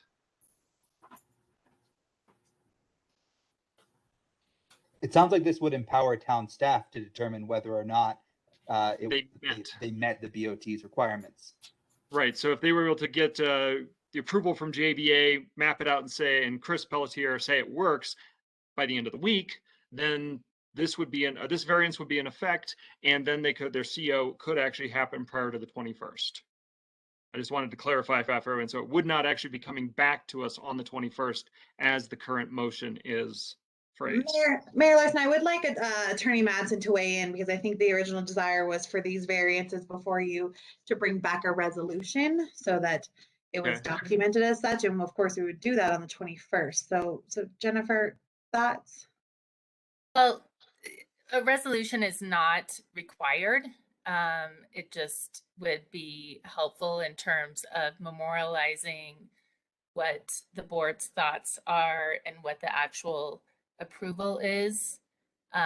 So that is something that it really is up to the board's decision in terms of whether you want to document this in a resolution that would come before you on consent agenda for the meeting on the 21st. So we could vote on the current motion And then the resolution could just be sort of codifying that, but it would not really change anything. So we could have do both. Is that right? Correct. Yep. Okay. Point of Comments? clarification. There we go. I was gonna say, you know, this is a complicated motion already. So Julian. Yeah, I believe, if I am understanding correctly, that the motion is that we will issue a variance requiring 5 residential spaces on Kathmandu property and 1 ADA space on Kathmandu property and waive all other parking requirements. Is that the resolution on the table? I believe, given the friendly amendment that was offered, the way to say that would be they will have 5 spaces on the property, 1 space with a private agreement, and one of those 6 spaces must be ADA accessible. Then I have a question about the ADU. Is the ADU in addition to the 5 upstairs residences? There are Or 5 is units One of the total. 5. there are a total of 5 residences, one of which is an ADU residence? Now I understand. So we're requiring 5 residential spaces, one of which may be on CenturyLink property through contract with CenturyLink, and the others of which must be on Kathmandu property, one of which will be an ADA parking space, and we are dropping all other parking requirements for the restaurant. Close, except the number is 6. 6 total spaces were required. One of them may be off the off of the Kathmandu property. The other 5 have to be on Kathmandu 6 property. residential spaces, one of which is ADA, 5 of which must be on Kathmandu property, the other of which may be on another property. Then I would like to offer an additional friendly amendment. I think it would be a good idea anyway for Kathmandu to have an arrangement with the Presbyterian Church for their parking. I think that's just a nice way to have a little extra space. Admittedly, Kathmandu has been there for 20 years and nobody has been yelling and screaming about their parking. I completely understand that. I would like to suggest that the contract with the Presbyterian Church for their parking should still be there. I think that's perfectly reasonable. Is Okay. that acceptable, Alan?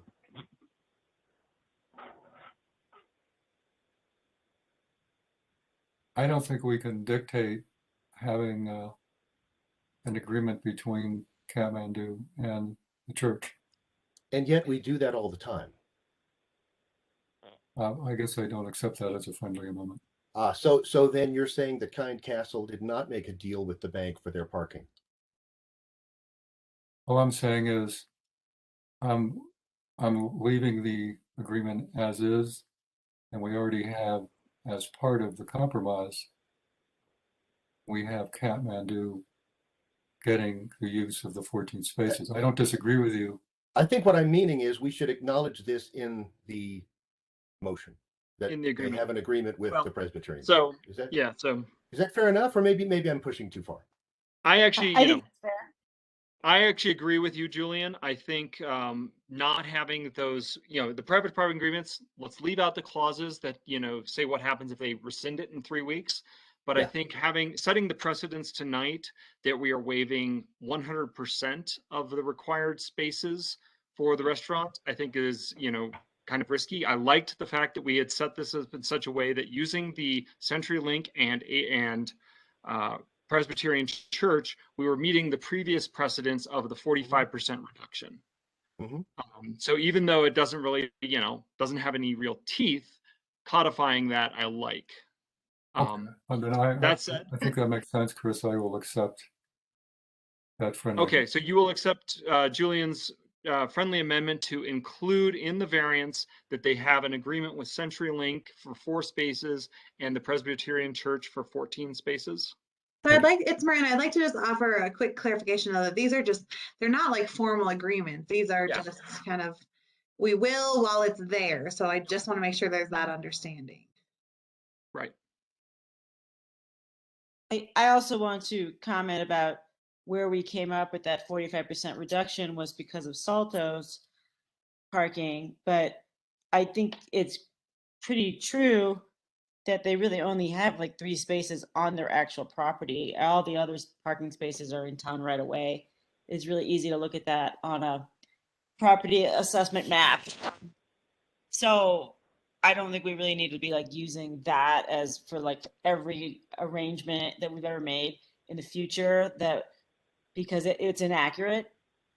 And so I just don't really like the idea of basing future percentages and reductions in parking on something that isn't actually even true.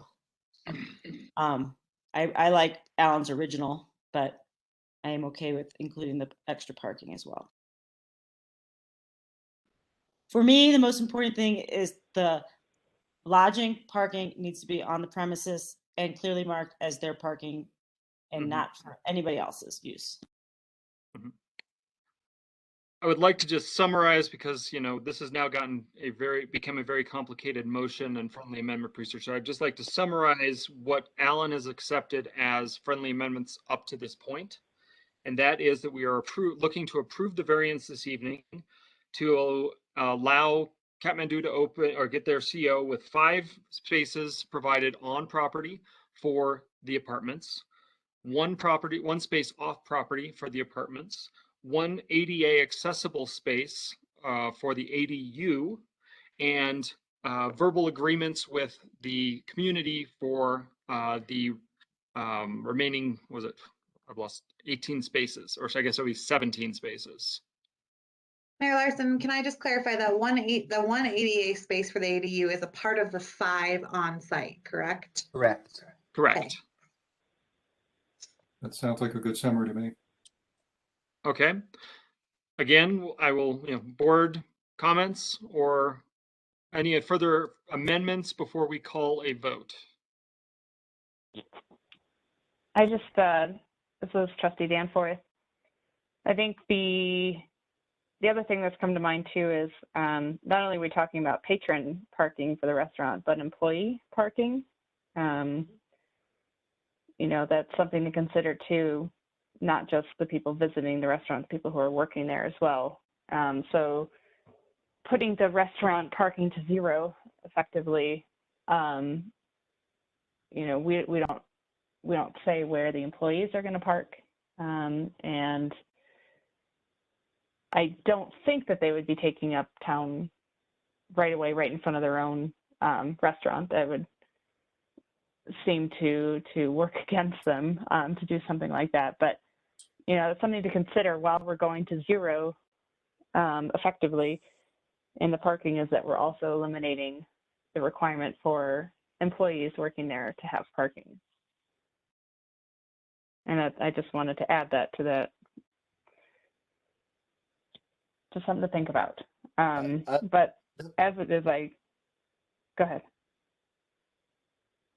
No, I was just going to say, I don't think we're going down to 0. We're still kind of saying you got to make a deal with some people for some spare parking, but I certainly understand what you're saying.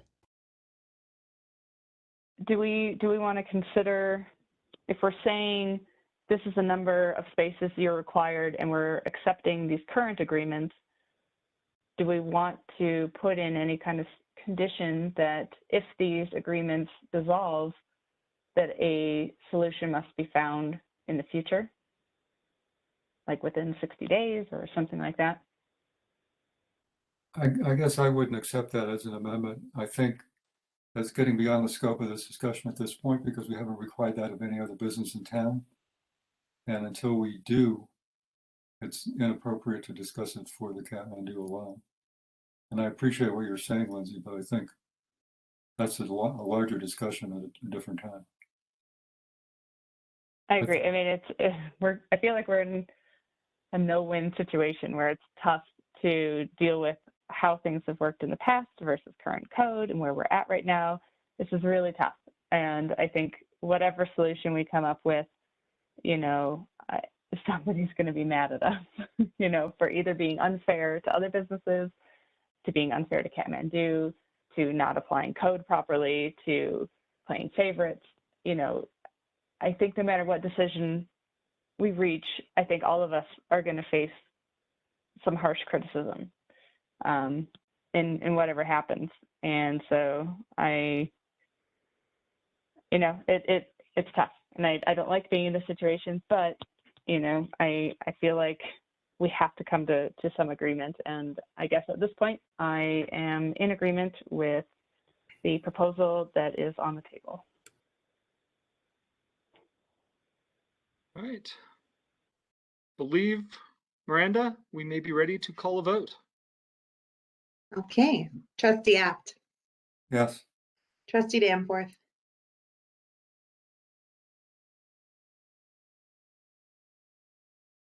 trustee Danforth, Sorry, I was on mute. Yes. trustee Coombs Ismail, Yes. Mayor Larson, Yes. Mayor Pro Tem Baumhover, Yes. trustee Taylor, Yes. trustee Corvallin. Yes. Very good. Variance passes unanimously. And we will have that resolution in the consent agenda at the next meeting, just to codify this and ensure that the records are kept well for the future, trying to fix we learn from past lessons. Rasham, Andrew, thank you guys for the last, hour, almost 2 hours. Thank you guys so much for presenting, and looking forward to the next steps. Well, thank Thank you you, all very trustees. much Thank for you. helping and working together, and we all want to we appreciate everything you guys have done tonight. And my work isn't over, Sham's work isn't over, and we're just gonna keep plugging along. Thank you. Thank you so much. This is Rashami. This is a big help. I just want my naan back, Rasham. Yeah, I was looking forward to the grand opening for some, garlic naan and momos. Huh? All right. Uh-huh. We are moving. Great. Can I say? No. Yep. No? That's it. That's it for that. All right, we are moving on to our second or third action item of this evening, which is another variance request. Miranda. Okay, so this variance request is maybe pretty simple. We'll find out. So under Nederland Municipal Code, section 1353, there is a variance request for a water connection variance at 799 West First Street. Currently, the code requires that all homes within 200 feet of an operational water distribution main connect to town utilities. The applicant, Ed Raniger, plans to build a home on 799 West First Street, and the home itself will be more than 200 feet from the existing water main. Again, while the lot itself is not, the proposed structure is more than 200 feet. Therefore, he is requesting a variance. In consulting with Public Works and the fire department, no one has any concerns with this variance request and therefore recommend approving it. But Ed Raniger is here tonight to also share why he is interested in this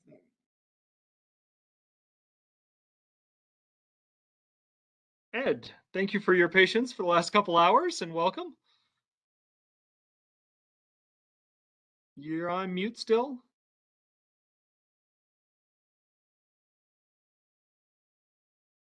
How's that? There we go. Welcome. Here we go. I'm not very good on the computer, but I just want to thank you all for looking at my variance request.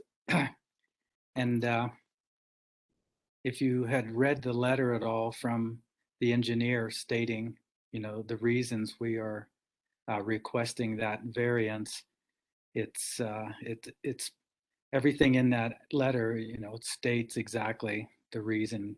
It's the access is on a private drive with a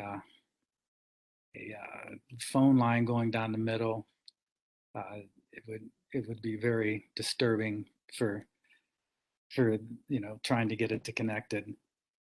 Also, the lot next to it, 800 West First Street.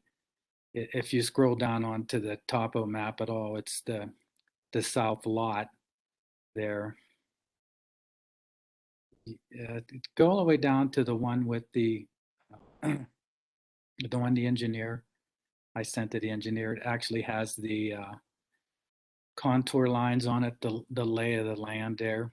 So I made sure I sent the contour lines. I'm sure you're all familiar with maps. But here, you can see the X. Lot 4, it says the proposed home is there. And that's the least steep part of the lot.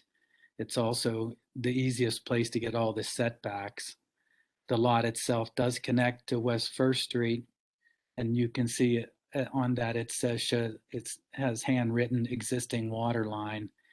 And the lot that is directly south of that, my eyes are getting a little blurry, but that lot had gotten a variance as well for a water and sewer for the same reasons. Basically, yeah, you're zooming in, there you go. And so basically, and we don't really have easements across any of the other properties, but it would be very devastating to the mountain and to try to get the water line down onto the property and on the easement. And it's also, I'm also applying for my application said water and sewer. So we would need to do, a well and septic as well. And the lot that's directly to the south does also have a variance for the same reasons. It's just not feasible, as Sheila just mentioned in the background. So, the letter, hopefully you took the time to read the letter, and that's pretty much all. I don't really have much more to add than, the variance is for this particular lot. I can't really move the house any closer to get the setbacks to by the steepness of the lots and stuff. So really, the only real possible building site is the proposed where the X is there, and to get the required setbacks and all of that. And, I think those were really my only two notes. Was I want to do the water and sewer because the code states with the sewer that if I have to use a pump system, then we can do that. And the water, I needed to have a letter from the engineer, which I attached, and hopefully we can just move forward with this. And I would just want to comment, you did a really great job tonight with the Kathmandu thing. So I listened through it all, and I'm very involved. I'm a resident of Nederland for 41 years. I'm sure a lot of you know my name, so, and my face, and I've been around a while. And this is the last lot, and we're proposing that Sheila and I will probably build our little retirement home here. We're thinking maybe we're going to call it a hobbit house. We just want to build it into the mountain, south facing. I mean, that's our plans now. At this particular state, I can't say what the future holds, but as of now, that's our plan. And to do the well and septic, and just kind of make it our little space, life after the ranch here down on Lazy Z. Any questions, I'd be happy to answer them. Yeah, thank you very much. Throw this open first for questions from Board of Trustees. Alan, you want to kick us off on this one?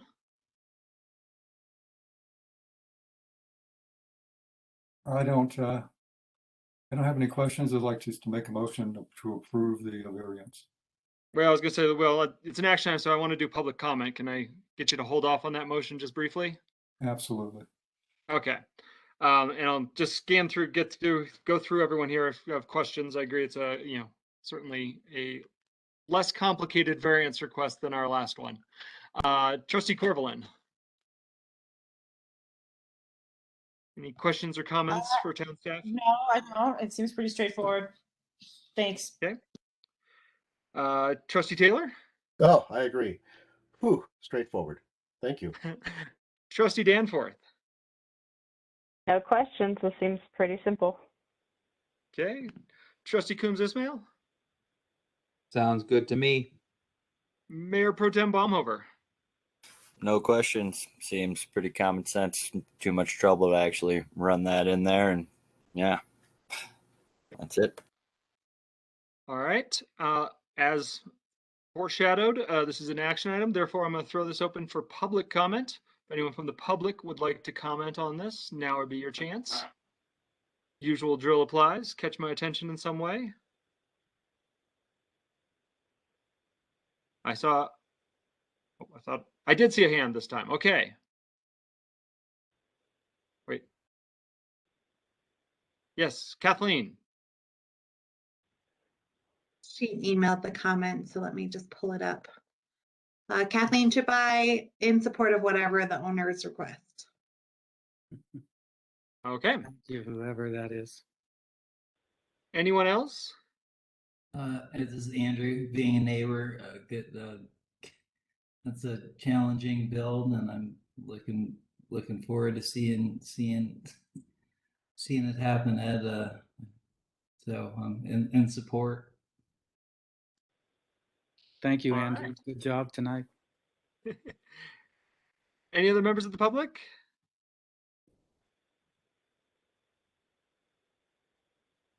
Not. I'll bring this back. And Alan, you were ready to jump on this one earlier? Yes, I move approval of the variance. I'll second. Motion and a second. Miranda. Trustee Coombs Ismail, Yes. Trustee Taylor, Yes. Trustee Apt, Yes. Trustee Danforth, Yes. Mayor Pro Tem Baumhover, Yes. Trustee Corvallin, Yes. Mayor Larson. Yes. Variance is approved. Thank you all. Let's just make sure it's noted that it is water and sewer. I don't know if what that means to you all, but it means a lot to me that it's noted. And I look forward to the next meeting, maybe, whenever that might be. Look forward to seeing a Hobbit house. Yes, well, you won't see much of it, just the door. Yep. With the little round thing, you know. All right. Thank you, Ed. Thank you. Miranda, our next item. All right, yes, so this one has a lot of moving parts. So you can kind of please bear with me. But tonight is Colorado. Well, actually, do we want to take a 5-minute break before, if it's a lot of moving parts, do people want to take a quick break or? It may be a longer discussion, so. Yeah, that's what I'm thinking. Let's take an 8-minute break and come back here at 9:30 p.m. so we can all have a chance to stretch our legs a little and refill water bottles. So, see everyone again in 8 minutes.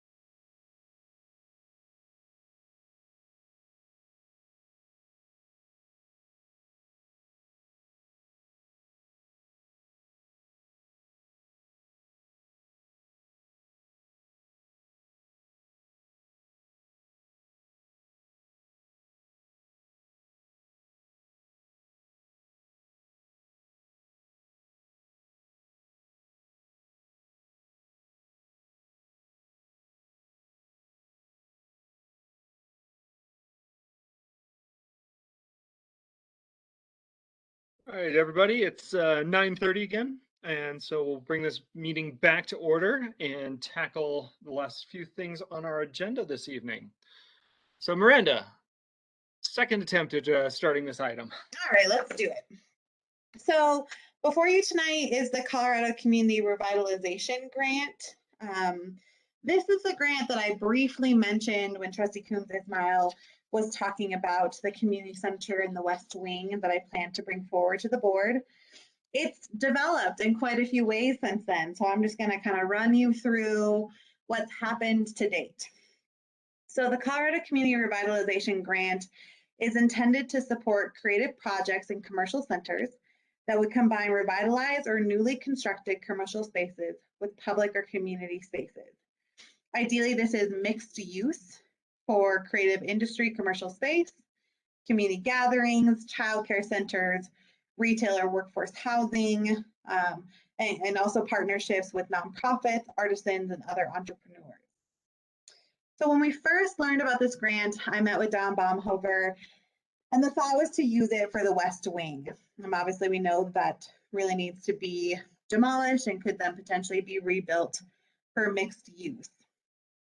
However, we met with members of the Peak to Peak Housing and Human Services, and one of the concerns they brought up is being misplaced or displaced, really, if we were to have to demolish the West Wing and the impact that could have on the services they provide. As you all know, the food pantry and the clothing closet are just two of the nonprofits who operate out of there, and that it could have a big impact on how they serve the community because they would not have a place to operate out of. So I met with Chris Pelletier and shared with him some of these concerns, and he mentioned the Old Town Shop site and that could be developed as mixed use. However, it would need to be remediated prior to development. I revisited this with the Peak to Peak Housing and Human Services group, and we were all in support that this really would be a great spot. What it would allow is that under one roof, all health and human service organizations could come together, including but not limited to the food pantry, clothing closet, EFA, and Boulder County Area Agency on Aging. They've all expressed interest. I did send a letter to the Board of Trustees that Clinica has also expressed interest in potentially moving into this space. While that's not a guarantee, it is recommended that the site be developed to accommodate medical services so that whether it's Clinica or another entity, they could move into that building. In addition, we'd also be able to develop that creative industry commercial space, and public art, of course, would be integrated throughout the building to meet that aspect of the grant. And then for those of you who are unaware, the Old Town Shop is just northwest of the fire department in this, what I've highlighted here. As I noted, the remediation would be needed here because the Old Town Shop is considered to be a brownfield, which means there are contaminants at the site. There have been assessments done, and they do believe that there's low concentrations of the contaminants, but we're waiting for phase 2 to be able to identify where the specific location is of those contaminants. We are anticipating that the remediation could cost $400,000. It should be noted that the EPA does provide funding to remediate brownfield sites. However, town's not eligible for that funding because they determine us to be the responsible party for the contaminants on site from the time that it was an Old Town Shop. Therefore, kind of the recommendation here is to add the cost of remediation into the grant. Alternatively, the town could deed this property to a nonprofit and they could seek brownfield grant funding. However, there's no guarantee that the timeline of those two funding cycles between the grant, the Colorado Community Revitalization Grant, and the brownfield, that they line up. In addition, the Old Town Shop, if approved for this purpose, would have to be rezoned either to neighborhood commercial or general commercial. We recently met with JVA to talk about both this site and the West Wing, and JVA did feel that the Old Town Shop was really a viable option. They actually argued that it was more appropriate than the West Wing because the West Wing has asbestos issues, which would have to be treated, And there's significant drainage problems with that upper lot that would need to be assessed. So I kind of figured that the question before the board was, well, why not the west wing? It's obviously a perfect spot. We do feel that building a facility is the right way to go because then no one is displaced. Once the facility was developed, we could then move people into either that new facility or alternative locations. We could then seek funding to demolish the west wing and then ideally pursue later grant funding to redevelop the community center. And in doing so, potentially use the west wing as a parking lot to help with the drainage issues and expand off the east side of the building and the lower lot to add more uses of the community center. It is important to note, though, that previously the Board of Trustees did pass a resolution that they were designating the Old Town Shop as affordable housing. And of course, we value deeply affordable housing. This was a site that BCHA had considered for the affordable housing project, but ultimately landed on the Tungsten Village site. So of course, while this resolution is in place, our feeling is that a health, human, medical services, and community artistic space impacts a larger aspect of our community versus housing that may impact a few. You could have a facility that impacts hundreds. So there is benefit there. The Sustainability Advisory Board also looked at this lot for a solar garden.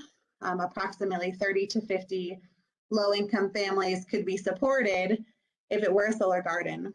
However, we do feel that the wastewater treatment plant site could be a viable option instead of the Old Town Shop for a solar garden.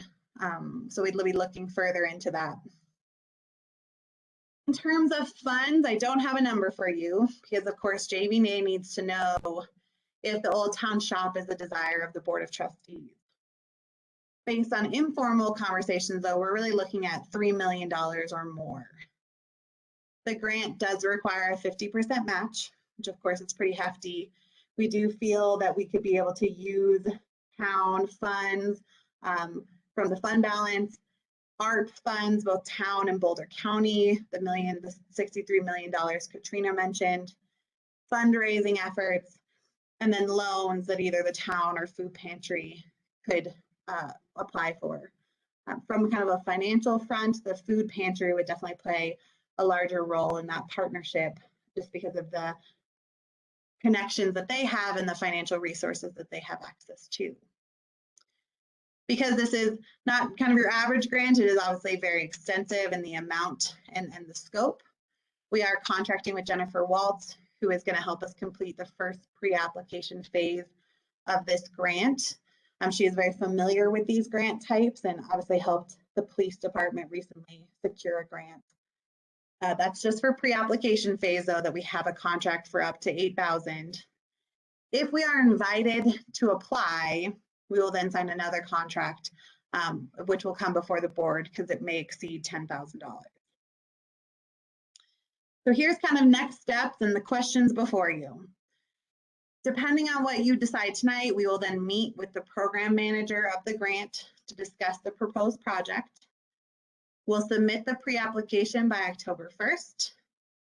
If invited to submit a grant application, we'll then work with the AVA and the food pantry and the Alliance to finalize the site plan and submit prior to December 1st of excuse me, that should be 2022.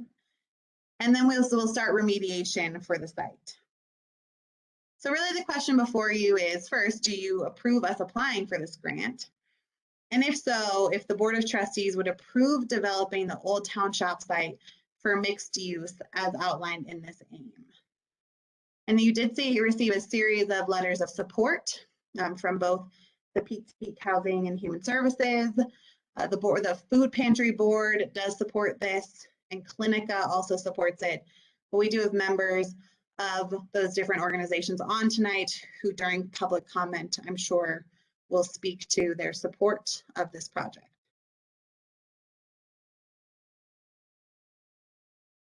Thank you, Miranda. Yeah, I mean, I don't know, I find this very exciting. We've been talking about trying to do something like this for so long, and to finally have sort of the right place and possible funding opportunities This is exciting. But questions or comments from the trustees before we go to public comment? And we'll begin with Trustee Coombs Ismail. I mean, this is very exciting. This is exactly the kind of opportunity that I've been sort of looking for in terms of how do we deal with the West Wing and the community center? How do we better serve the nonprofits that do so much work in this community? And then also, if we do get a permanent clinic from Clinica up here, where do we put it? And so this solves kind of all of those problems in one fell swoop.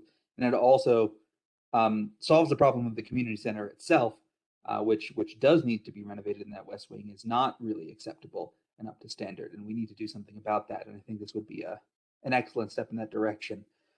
I do also recognize that this does kind of take away a site where previous BOT had previously identified it could be used for affordable housing. While that is a shame, I'm not sure that an affordable housing project will happen there anytime soon due to the fact that it's a brownfield and that it requires this remediation. And so being able to remediate a blighted area of town rolled into all of this and all the other things that it would accomplish, I think is just, it makes a lot of sense to me, and it would be, I think, really stunning if we got this grant. Thank you, Eric. Trustee Corvallin. Oh, I had two questions. One, what do you envision as the creative and industry commercial space? Like how much square footage, like it's listed on all the things that it would be, and I'm just curious what you were envisioning yourselves, who are writing the grants. That's my first question. And then the second one, and this is just, I don't know, couldn't you put the solar garden on the roof? Is that something that could happen so we could utilize the space in two different ways? Yes, for the solar garden, absolutely. I think the desire of Namaste in this program they have going would be to do something sooner rather than later. And so we could even do it in two forms of using the wastewater treatment facility and putting the solar garden on top of this building. So definitely, yes. It just, to me, that would be so cool to utilize the roof in that way. And then in terms of the artistic space, so we didn't really get too into the details because, of course, we needed to know that you agreed before we spent a bunch of time with JVA. But a significant portion of this building really does need to be committed to artistic spaces. So I think what we would do is find out how many of the health, human, and medical services, what square footage they need, and then counterbalance that with what the artistic needs would be. And so if agreed to move forward with this plan, we can come back to the board with some preliminary information on the 21st. So you just know kind of which direction we're heading. Gotcha. Well, I think it sounds like a great idea. So I have no objections. I would point out that other residents of the West Wing and the community center, and I'm namely thinking of Mountain Forum for Peace and the Carousel of Happiness, both contribute a lot to the kind of artistic community and potentially creative industries, and there could be a way that we roll. Well, kind of, but I don't think here as well. I don't know if that I would kind of, I don't want to get into that, but yeah, but they're not really like true fine art or, you know. No, not that, not that kind of art. But there are creative components to the organization. Well, there's creative components to everything in life.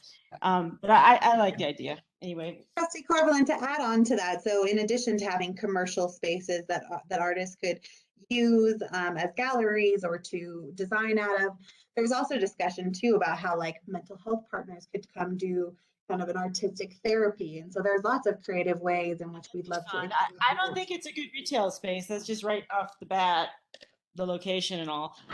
But that's an interesting concept with the art therapy. Yeah.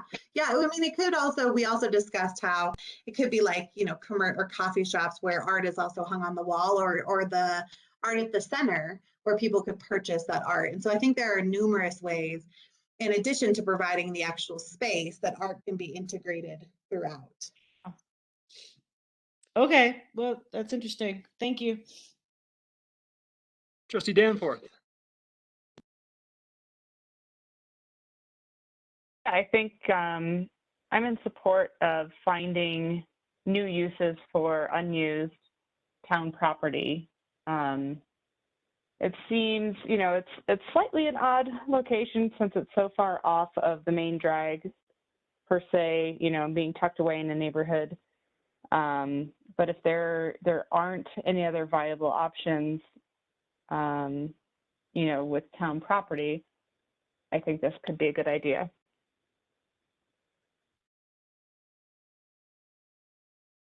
Trustee Apt? I am supportive. Okay. Trustee Taylor? Isn't there a ham radio club in the West Wing? Yes. Well, see, I think that's art too. No, I'm joking. Yeah, That's just arcane. But no, I think this is an excellent opportunity, and I'm looking forward to seeing what develops from this. And I think too, to that point, you know, there's obviously various entities outside of food pantry and clothing closet who operate in it. To provide them space is really important without displacing. And so that's really how this all came to be. And you know, a community center can then be reimagined, like Trustee Coombs Ismail said, at a later time. So I'm glad to hear some support here. Mayor Pro Tem Baumhover? I would say I'm in support. I think largely tonight what we're approving is the initial ability to go after the grant, and then later we'll get a lot more of the details regarding costs, some of the other issues surrounding this site, engineering specs on this site, and our engineers will provide us with a lot more of the expertise to let us know what that's going to look like and what we're going to have to commit. But right now we're just agreeing to allow town staff to contract the grant writer and go at this grant, correct? Correct, using the Old Town Shop site as our location. Then I'm in agreement. It sounds like a creative idea, and I think it's very thoughtful to look at this instead of the West Wing, acknowledging the asbestos in the West Wing, as well as the drainage issues, as well as displacing very, very needed services that are currently housed there. So.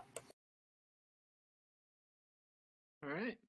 Yeah, couldn't agree more with what everyone has said. Going to throw this open for public comment. If anyone from the public would like to comment on this grant proposal idea, now would be your time.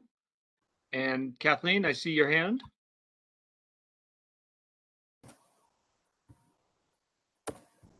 I have to look at my email. Apologies, let me check it there. Dawn, while we're digging this up, I see your hand up. Thank you, Mayor Larson. So I just want to throw my full support behind this plan. While I would, as my letter states, I would love to look at the redevelopment of the West Wing with these funds. This is the more important use of those funds. The site is flat. It provides drive-through for the pantry. Public art can be addressed in murals and many other ways. It doesn't displace the human service nonprofit partners. Community emergency resource services, as Julian alluded to, would probably remain at the community center. It gives us a chance to, as Miranda mentioned, to reimagine the West Wing and look at the site plan in terms of the current relevance, not a 10-year-old plan that didn't have any actual uses. The current site plan for the community center was prior to the 2013 floods, the 2016 fire, the pandemic, many other things. In that time, human services and the need for our human services partners has really taken preeminence over anything that was thought of at the time. It gives us a chance for the art community to really come together and really envision what they want to see in a community center space. It's a win-win-win, and I am in full support. And that is my comment as both community center manager and a resident of Nederland. Thank you. Thank you, Dawn. Miranda, you have an email? I do. Yep. Kathleen Chipai, 30-year resident, 18-year business owner. I am concerned and upset to see this as an action item instead of a discussion item. I wanted to point out that the CDOT grant was not brought before the public before it was applied for like this, and all other grants are required. I feel like this came up for a vote without much, if any, public comment when it comes to building commercial and or housing, be it affordable or not, mixed use or not, or for changing the zoning in a family neighborhood. I have to ask if all the people in the neighborhood were notified of this proposed zoning change. This was a known brown site, and I never heard it was approved for building of any kind. It sure looks like it's being rushed through because of another grant deadline. From previous meetings over a year or two ago, when this was last discussed, I do remember hearing from public comment, apartments are not an appropriate thing for public property. Many were interested in a town park. This is a family neighborhood, not a commercial space. We need to stop modifying our community just to get money from grants. Thank you. I think the next hand I saw come up was April. Hi, April LaLiberty, 850 West 5th Street. Actually, I don't know if my husband can speak also, but we weren't able to log in separately on our iPad, so if that's allowed. I'm not sure what Clinica is. For some reason, an ambulance service came up. I don't know if it's not. Okay, good. I didn't want the extra noise in the neighborhood. This is a neighborhood, and so I am concerned with putting in commercial buildings. Somebody had mentioned it's not a good retail spot. I totally agree. This area over here, I know some of you might be just looking at it at a map, but if you've never been over here, it's really off the beaten path. It is not on the main drag. It's not on Peak to Peak.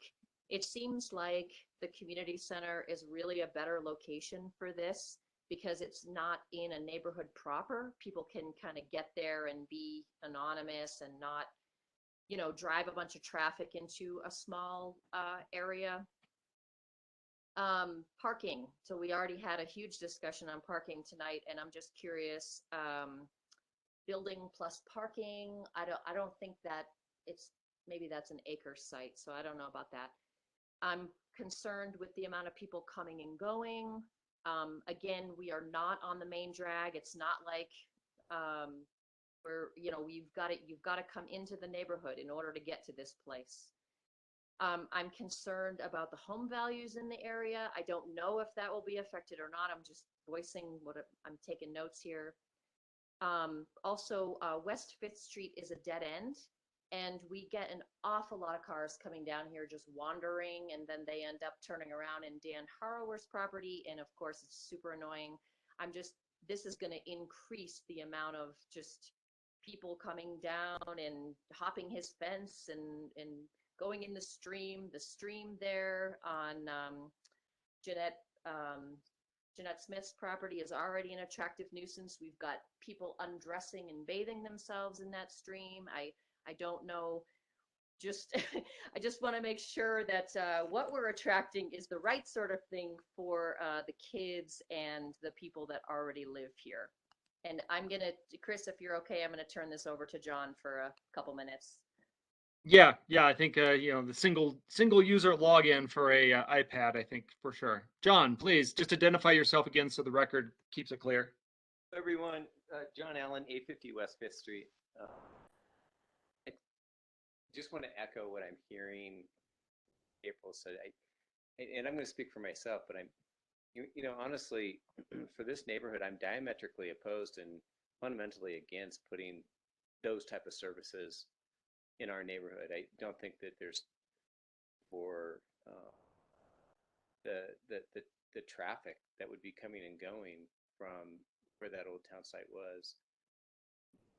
We, that's still West 5th Street, and then we come and go from our home that way, and as do the other neighbors. In fact, I want to say that there's a couple of other neighbors, Dan Harrower and neighbors on the corner that would also like to chime in on this, and they're out of the country. But they should be heard before I think a final decision is made, of course. It would drastically change, I think, the quality of our neighborhood and then our quality of life, having that much that many services and that kind of traffic coming and going neighborhood. It's just to change, to take a residential neighborhood, and you can call it mixed use, but to call it, it's a residential neighborhood. And to come in and change the zoning district, the zoning designation, so that you can put in a commercial building, just doesn't fit with the tempo of this neighborhood. And I think the West Wing, first of all, and I understand Miranda mentioned, that there was sewer issues, I think, up at the West Wing issue, but I guarantee you, that's not going to be $400,000 worth of sewer issues. It would be much cheaper to invest in fixing your wet utilities up there, rather reclamating phase 2 and all of that, this site, so that this development can go. Yeah, we really think it would change our quality of life. So if this moves forward and you vote yay on it, please let us know so we can put our home on the market. Thank you. Those are my comments. Thank you, John. Before we go, Annette, you're going to be next, but before we do that, can I have a motion to extend the meeting to 10:30 p.m.? So moved. Do we have a second? Miranda? Trustee Taylor, second. Yes, thank you, Julian. Mayor Larson, Yes. Trustee Danforth, Yes. Trustee Apt. Oh, it's Trustee Apt, are you there? Sorry, I couldn't get the mute off. Yes. Trustee Coombs Ismail, Yes. Mayor Pro Tem Baumhover, Yes. Trustee Corvallin,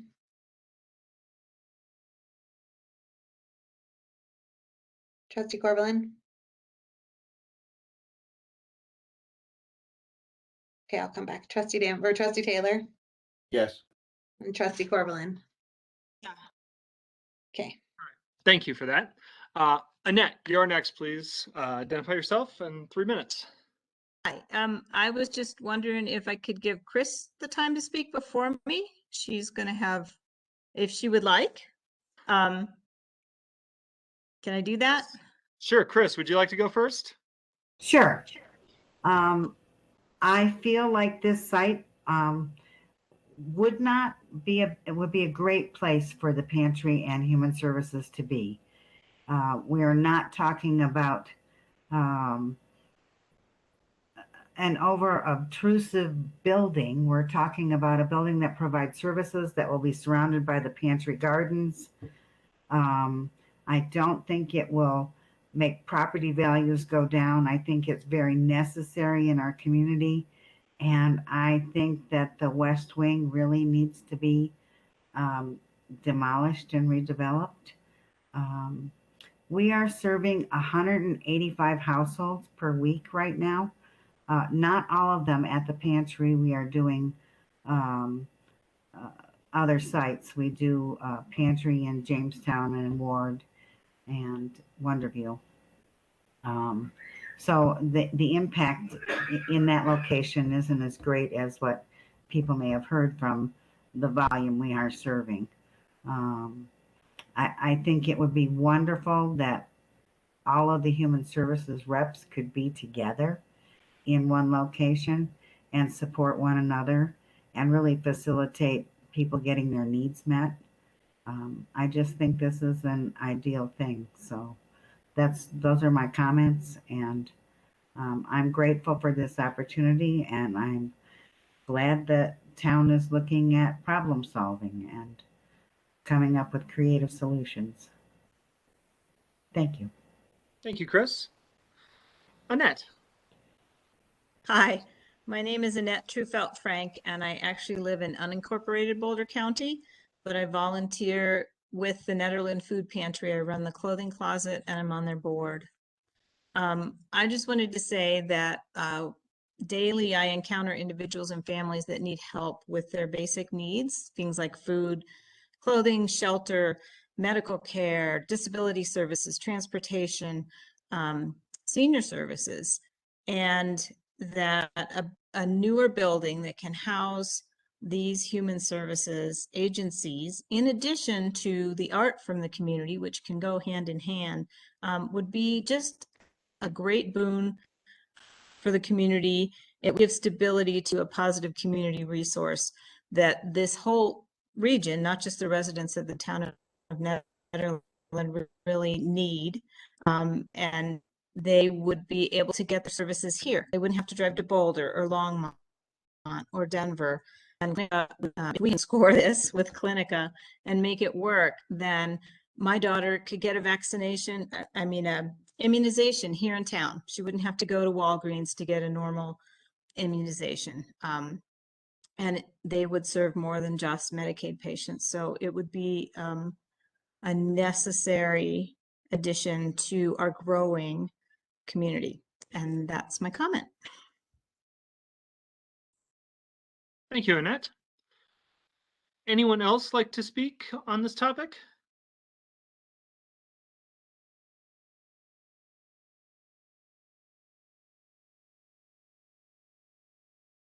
Mayor Larson, Dennis Whalen has his hand up. Oh, yeah, sorry, Dennis. I spotted that. Please, Dennis.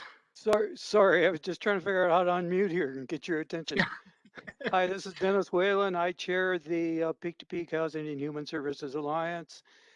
And I also chair the board of directors for the food pantry. I just wanted to add, based on perceptions of some people in the comments that were made, that the vast majority, at least 85 or 90% of the people that come to the food pantry, the clothing closet, etc., are our friends and neighbors.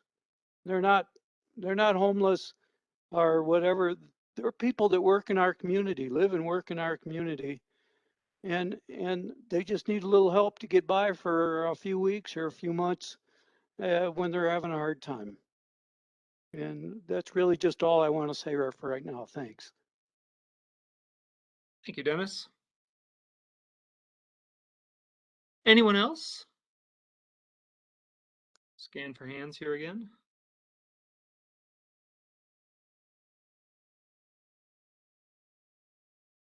All right, I will bring this back to the Board of Trustees. Trustees have any other questions for town staff or comments on what we've heard?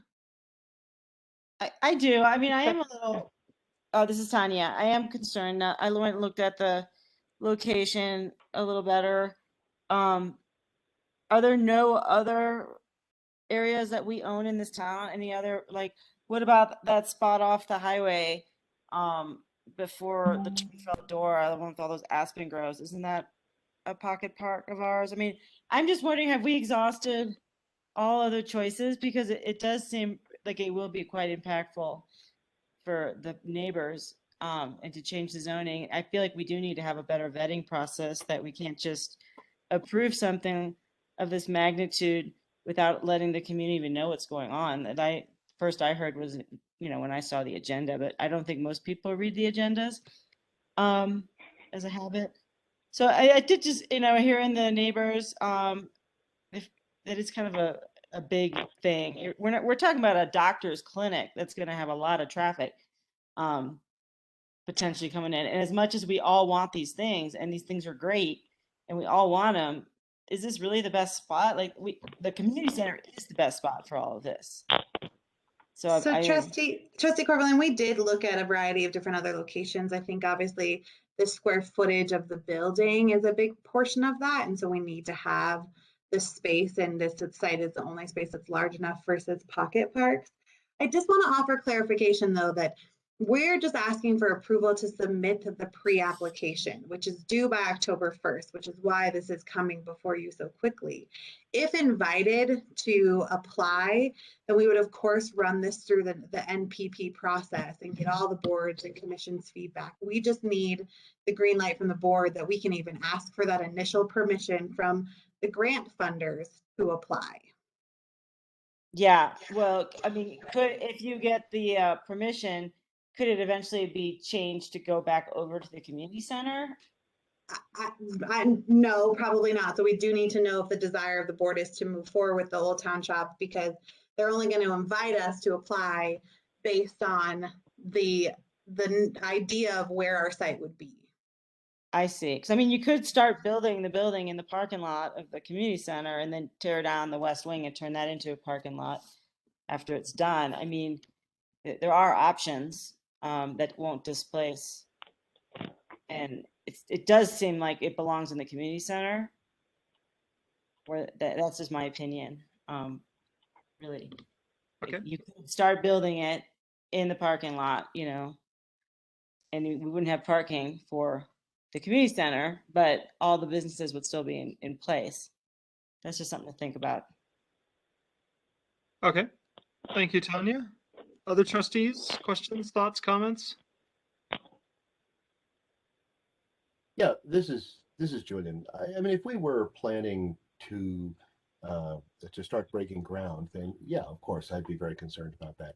But the idea of creating a space for the possibility of seeing if we could get the grant, while also looking at what the neighborhood's response is and whether we're going to go all the way with the grant or not is going to depend on whether it satisfies all the other requirements. So I'm entirely okay with applying for this because we always have the option of backing out.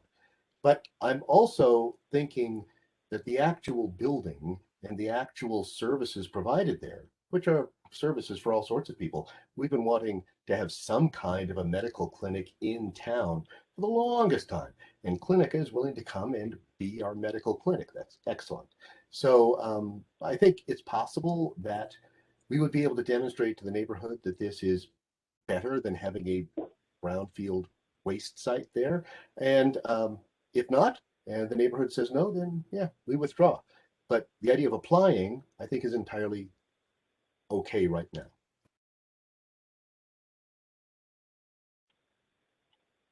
Eric, I saw you pop on video. Yeah, I think. I mean, I'm not convinced that this would be in any way bad for the neighborhood, and if anything, it would revitalize what is a blighted and poisonous brownfield, which does need to be remediated. If anything, that would increase property values. Having those kinds of services nearby is a boon to any neighborhood and to any town. But at the same time, I do wonder about. I don't want to apply. I don't want to lose this opportunity. If our grant application is interesting to the folks who are making these decisions, and we are invited to apply, I would want to apply knowing that this is something that we're going to do. And in that sense, it is a shame that this is not a discussion item and that we can't talk about this a little bit longer. Because Tanya's idea does seem to make sense. It does seem to make sense that we might be able to propose building addition in addition to the community center, move everyone there, and then demolish the west wing. And I just wonder if town staff considered that. And this is my question for Miranda and even for Don Baumhover, the community center manager. Is that something that would be feasible for this grant? That is something that we talked with JVA about. I think that, that's a desire of the Board of Trustees, that is an option. There obviously will be a big impact on the facility then as a whole. You're not just have a west wing problem, you have access to the fitness center, access to all those uses. I mean, it just is a big impact. Doesn't mean it's not a viable solution. Obviously the parking components. And so if that's a desire of the board, we can pursue it. It is tight. I think originally, reason this was moved to an action is we need to know how the board wants to go so that we have time to pull together JVA's drawings and their proposed cost analysis, and bringing this back on the 21st, while it could be an option, it obviously cuts that even tighter. But if that's of course an interest of the board, we could come back. JVA, we're asking them to do a lot in a short time frame though. So asking them to consider 2 sites with only 3 weeks to go is a really big ask. Doesn't mean I can't make it, but I think their ask was to know which direction the board wanted to go, whether it's community center or Old Town Shop. Yeah, I mean, to me, it makes a lot of sense to use the Old Town Shop site, especially because it kills so many birds with this one stone, including remediating that site, which needs to be remediated. I mean, it's not something that should just be left as it is for the foreseeable future. And there's always been a plan to develop it into something. So there's going to be a building there regardless. There's going to be a building that sees increased traffic, that sees the need for more parking, that sees just a busier neighborhood. There's going to be a building there at some point. It's not going to stay that way forever. And so I hope that the neighbors understand that's just fundamentally what's going to happen with that site eventually at some point. And that's proven by the 2017 resolution that the previous BOT passed. So I would be in favor of going for this grant as written, and I hope that the rest of the board, is thinking kind of clearly in that I would really not like to back out of a $3 million grant if that is something that we get to do something that provides so many potential services to the town, not to mention that brown site remediation and what could possibly happen to the community center in the future. So I hope that we're going into it kind of clear-eyed on that pulling out of this, I think, would be a huge shame. So I think that we should approve this, but we should approve it with some measure of conviction. Thank you, Eric. Other trustees? Yes, this is Trustee Danforth. So, yeah, go ahead. Yeah, as one of the neighbors there in that neighborhood, I keep trying to imagine what a big building would look like. I never saw that neighborhood when the town shop site was there, so I can't even imagine what that would be like. All I know is that the neighborhood now is really quiet. I walk my dog through the neighborhood, meet up with my neighbors, and trying to imagine something other than either housing or a park there, I think it's difficult for me to see, especially because it does seem so out of the way. It's not like it's connected to any other facilities. It's not easily seen from peak to peak. So like people wouldn't really know it's back there. You would have to have signage to funnel people back into a neighborhood to get there. So just, to me, it would seem odd. It would just feel really out of place to have, a building there. And I used to live right next to the community center and I loved being there, but that was what I expected and that's what I knew, living over there. So the one thing I'm wondering with this revitalization grant is if, somehow we could use that to still revitalize our community by fixing our issues at the community center and meanwhile helping to pay rent for a different location for the services that we'll be displacing out of the community center while we remediate that area. Is that a possible use for those funds rather than building a new building? The town, no, you wouldn't be able to integrate that into the grant. And so what we have learned is that the town would need to, ideally, those entities would be responsible for their new place or town would support them financially in that. That is something we originally discussed. Obviously, the biggest concern was just the impact and how vital those services are in that west wing. And so any sort of displacement, or if, say, town couldn't financially support them and say the food pantry couldn't carry rent, what could that possibly mean? And so that was the desire, was to not have to worry about displacing people while the work was being done. I don't want to see any of these services have to close up. I think they play a vital role in our community. And, I know that there's like empty spaces, in the shopping center. And so I'm thinking there's some way we could work out a deal to like move them to the shopping center for a year or two while we fix the community center and rebuild that area. That to me would be amazing. I don't know. I cannot imagine putting a big building in a neighborhood like that's tucked far off the peak to peak. Like if it was a parcel that's connected to the peak to peak, I feel like that would be different because that already feels like it's visible. It's out there, the public will see it as they're driving by, or, it's just very easily accessible. But having to like come into a neighborhood to access something feels intrusive to me.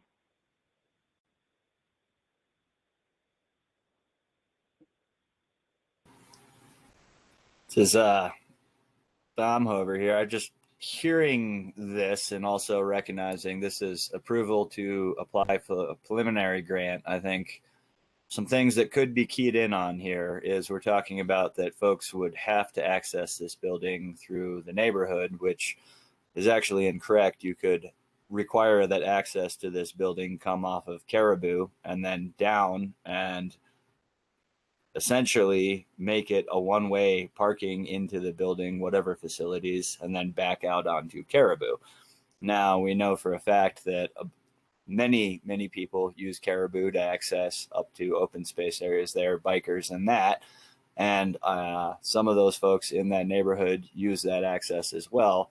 But I believe we could mitigate through the planning of this building the access through the neighborhood. Likewise, I think what we keyed in on here was a clinic facility. So everyone's talking about that. But in the Colorado Community Revitalization, the documentation for it, it can be used for, let's see, which may include housing, commercial, retail, health, energy efficiency, tourism, and outdoor recreation, childcare. So we're talking about potential services, and we're thinking in terms of what's already in the West Wing, food pantry, and then potentially a doctor's clinic. Another thing that could be a reality with this building is actually providing a full-scale childcare center for folks up here. And if there are things we can look at in terms of increasing property value, well, rezoning to residential commercial or general commercial will only increase your property value because it will allow more uses, thereby making your property more valuable because there are more potential uses. If the issue is specific traffic into the neighborhood, well, there are other ways of accessing that besides West 5th Street, particularly Caribou, which is a county road not maintained by the town of Nederland, so it would actually then not affect the community, and county would definitely be interested in seeing some more of the social and health and human services up here, access to a clinic care, child care. In terms of having to put signage in, I think if we were to actually have some type of urgent care facility or something like that up here, you wouldn't need to put signages to it. Folks in that town would quickly learn, oh, I don't have to drive down to Boulder or to urgent care or out to Blackhawk. Currently, we only have one doctor that services this area, and he is way overbooked and takes care of so many people and does a fantastic job. So I guess as a town board, our job is to look with a 30,000-foot view and do the most we can with what we have. There was other questions and comments I heard regarding that it would be less than $400,000 to fix the issues with utilities in the West Wing. And personally, having worked on that building back in 2013 during the floods, as well as subcontracting for a few other folks who work on that building, that is actually sadly incorrect. The foundation for that building was never dug down to bedrock. It was just poured at the level when it was built. And we have basically what you call decomposing granite up here. And so what has ended up happening in the history of that building is that the water flow that comes down from Navajo and across that whole area actually comes up through the decomposing granite and through the cracks in the old foundation. So attempting to put doctor's offices or clinic facilities or even daycare facilities at the Nederland Community Center doesn't actually work because of, one, mold issues that have arisen from the drainage issues, and two, the fact that all of the chases, that's the design of the building. All commercial buildings will have wet walls or chases where you run that infrastructure. Those chases during the time it was built were actually lined with asbestos, and they were not lined with just your run-of-the-mill asbestos like you might find in a house you're meeting up here. They were blasted in with asbestos. And from the earlier talks I had listened to almost 10 years ago about that discussion, quotes came in at 1 million to 1.5 million just to remediate the asbestos. That's not including what it would cost to replumb those areas, run gas lines, and all the above. So when we're talking about a brownfield site versus the community center, they are both essentially brownfield sites. Just one has the designation and the community center doesn't, so that we don't have to red tag it and can still actually provide a place for these facilities to run out of.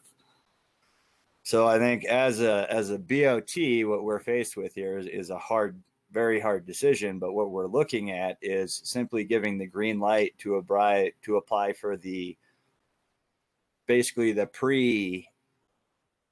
This is, yes, we're interested in this grant. Does our site fulfill the purposes of this grant? And then if we're invited by DOLA, where this grant is provided, to actually apply for it, then we'll have to come back with the community buy-in and a full site plan that addresses what is the access to this facility, what are we actually housing in this facility? Is it going to be Signia as a medical facility? Can we find some locals that are interested in opening a daycare facility, which I believe is fully in alignment with neighborhood uses, and it would be something that a lot of neighborhoods would desire to have close to the neighborhood. And then can we utilize the roof for solar connection, which is also a fundable reality under this grant? And then potentially maybe we could house some of the things like the West Wing currently is the storage facility for Teens Inc., who runs the Nederland and outdoor programs, and they have a unit up there for storage. Well, storage is a commercial use, so maybe this building would provide childcare and a doctor's office. All traffic could be routed out of Caribou. Value of the neighborhood would go up because you'd be rezoned into a commercial use. And then we have services in town. The neighborhood isn't drastically affected by the traffic, but has services for the neighborhood that are actually very much in alignment and a benefit to the community and that neighborhood, such as childcare. So I guess where I come from is town staff has looked at this. They have looked at the community center. They have a history and a knowledge of what's wrong with the West Wing.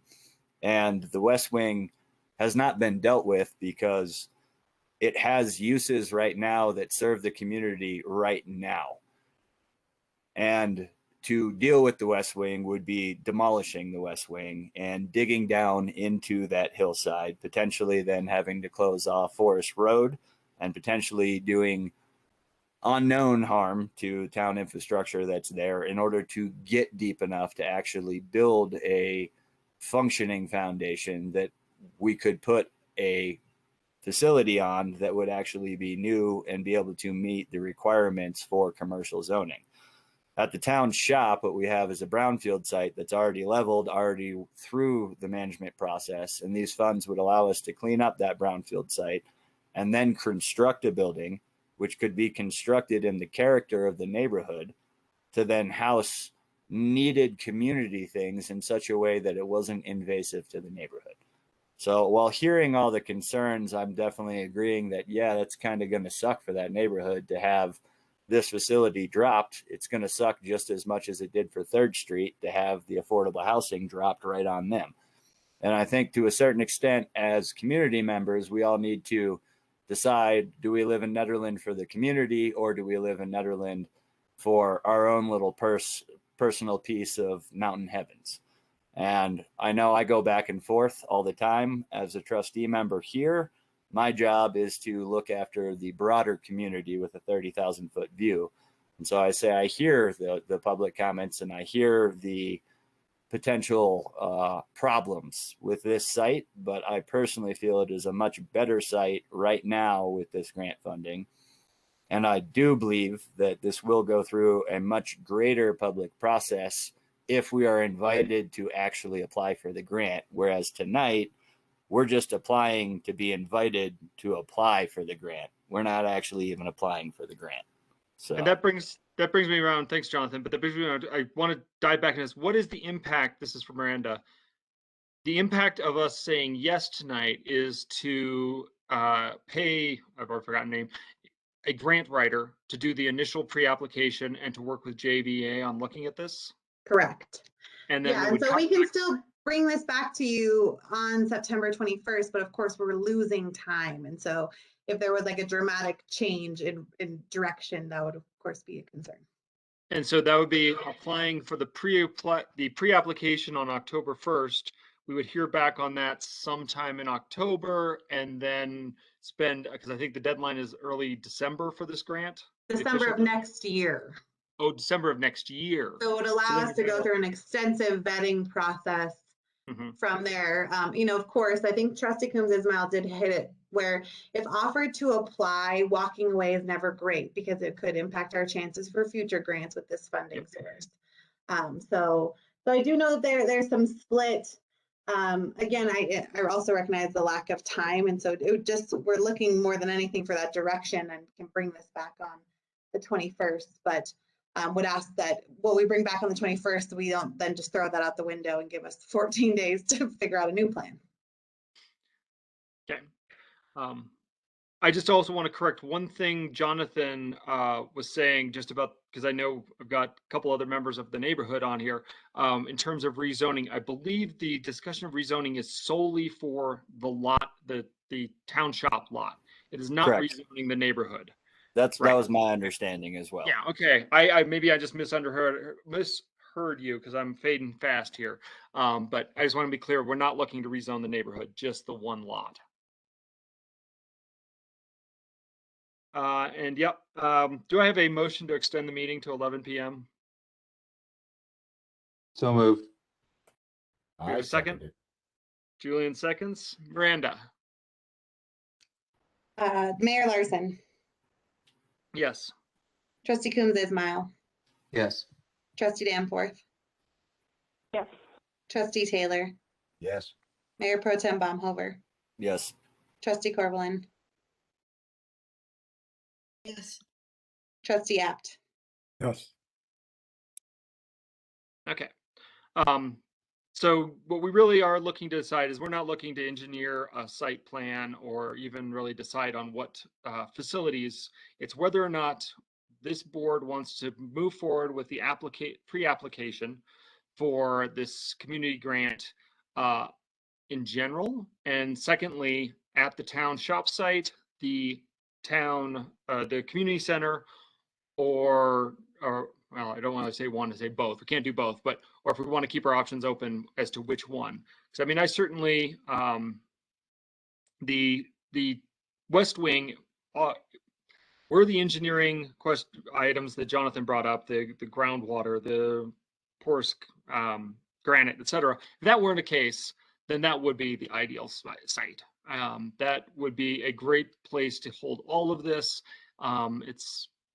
You'll be perfect.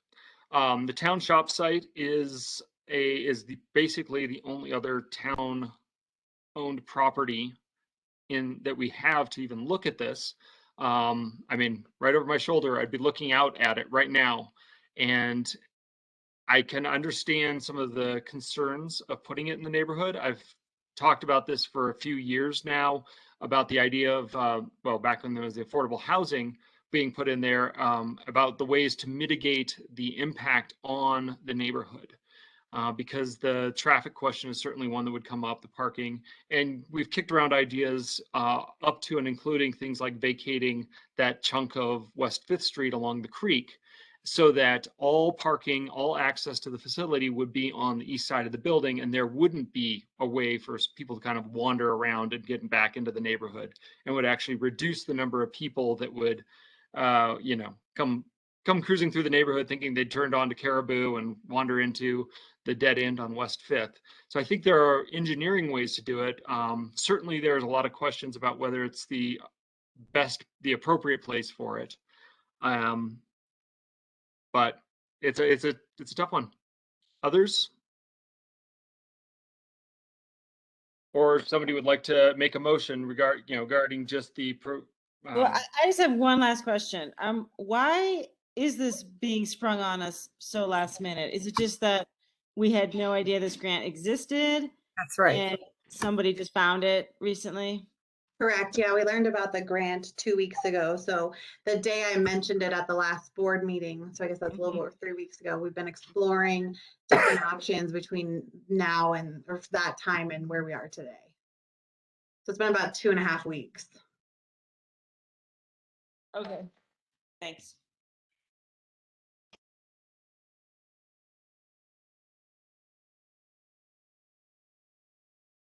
I'll just say that I totally agree with Mayor Pro Tem Baumhofer on this, that I do think that a traffic plan could be designed. I think there's already, a big fire station there. I mean, it's one block off the highway. It's not exactly out in the boonies.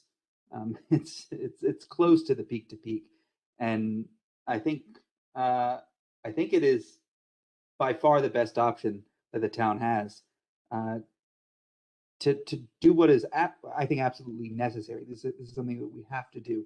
This is a site that was always going to be developed, and I think that this is maybe one of the softest ways of developing it, and probably the most effective from a community impact standpoint that I can think of. And I think it's very exciting, and I think that I hope that the folks who live in the neighborhood can come around to agreeing with that eventually once they see the way that it goes. And I also really hope that they stay engaged and stay involved.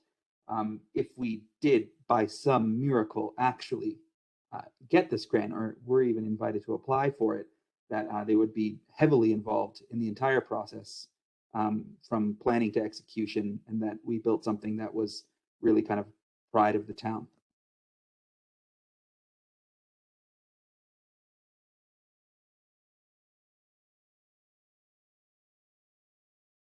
Other comments, thoughts, or would somebody like to make a motion? I'd like to motion to approve town staff applying for the Colorado Community Revitalization Grant and to approve developing the old town shop site for mixed use. Second. Miranda? Trustee Taylor, Yes. Trustee Danforth, No. Trustee Apt, Yes. Trustee Coombs Ismail, Yes. Mayor Larson, Yes. Trustee Corvallin, Yes. Mayor Pro Tem Baumhofer. Yes. Okay, so we'll come back to the board just with kind of an update on the 21st of where we're at after we talk with JVA, get the cost analysis, and have further discussions with the program manager. So we'll keep this as an ongoing item, and then obviously we'll apply, do the pre-application by October 1st. Okay. Looking at the rest of the agenda, I'd like to propose, I know that we have 2 action items remaining and then a discussion item. The only thing we need to have done tonight is action item 6.6. So I'd like to propose that we address that next, which is a very simple change in bank signers item.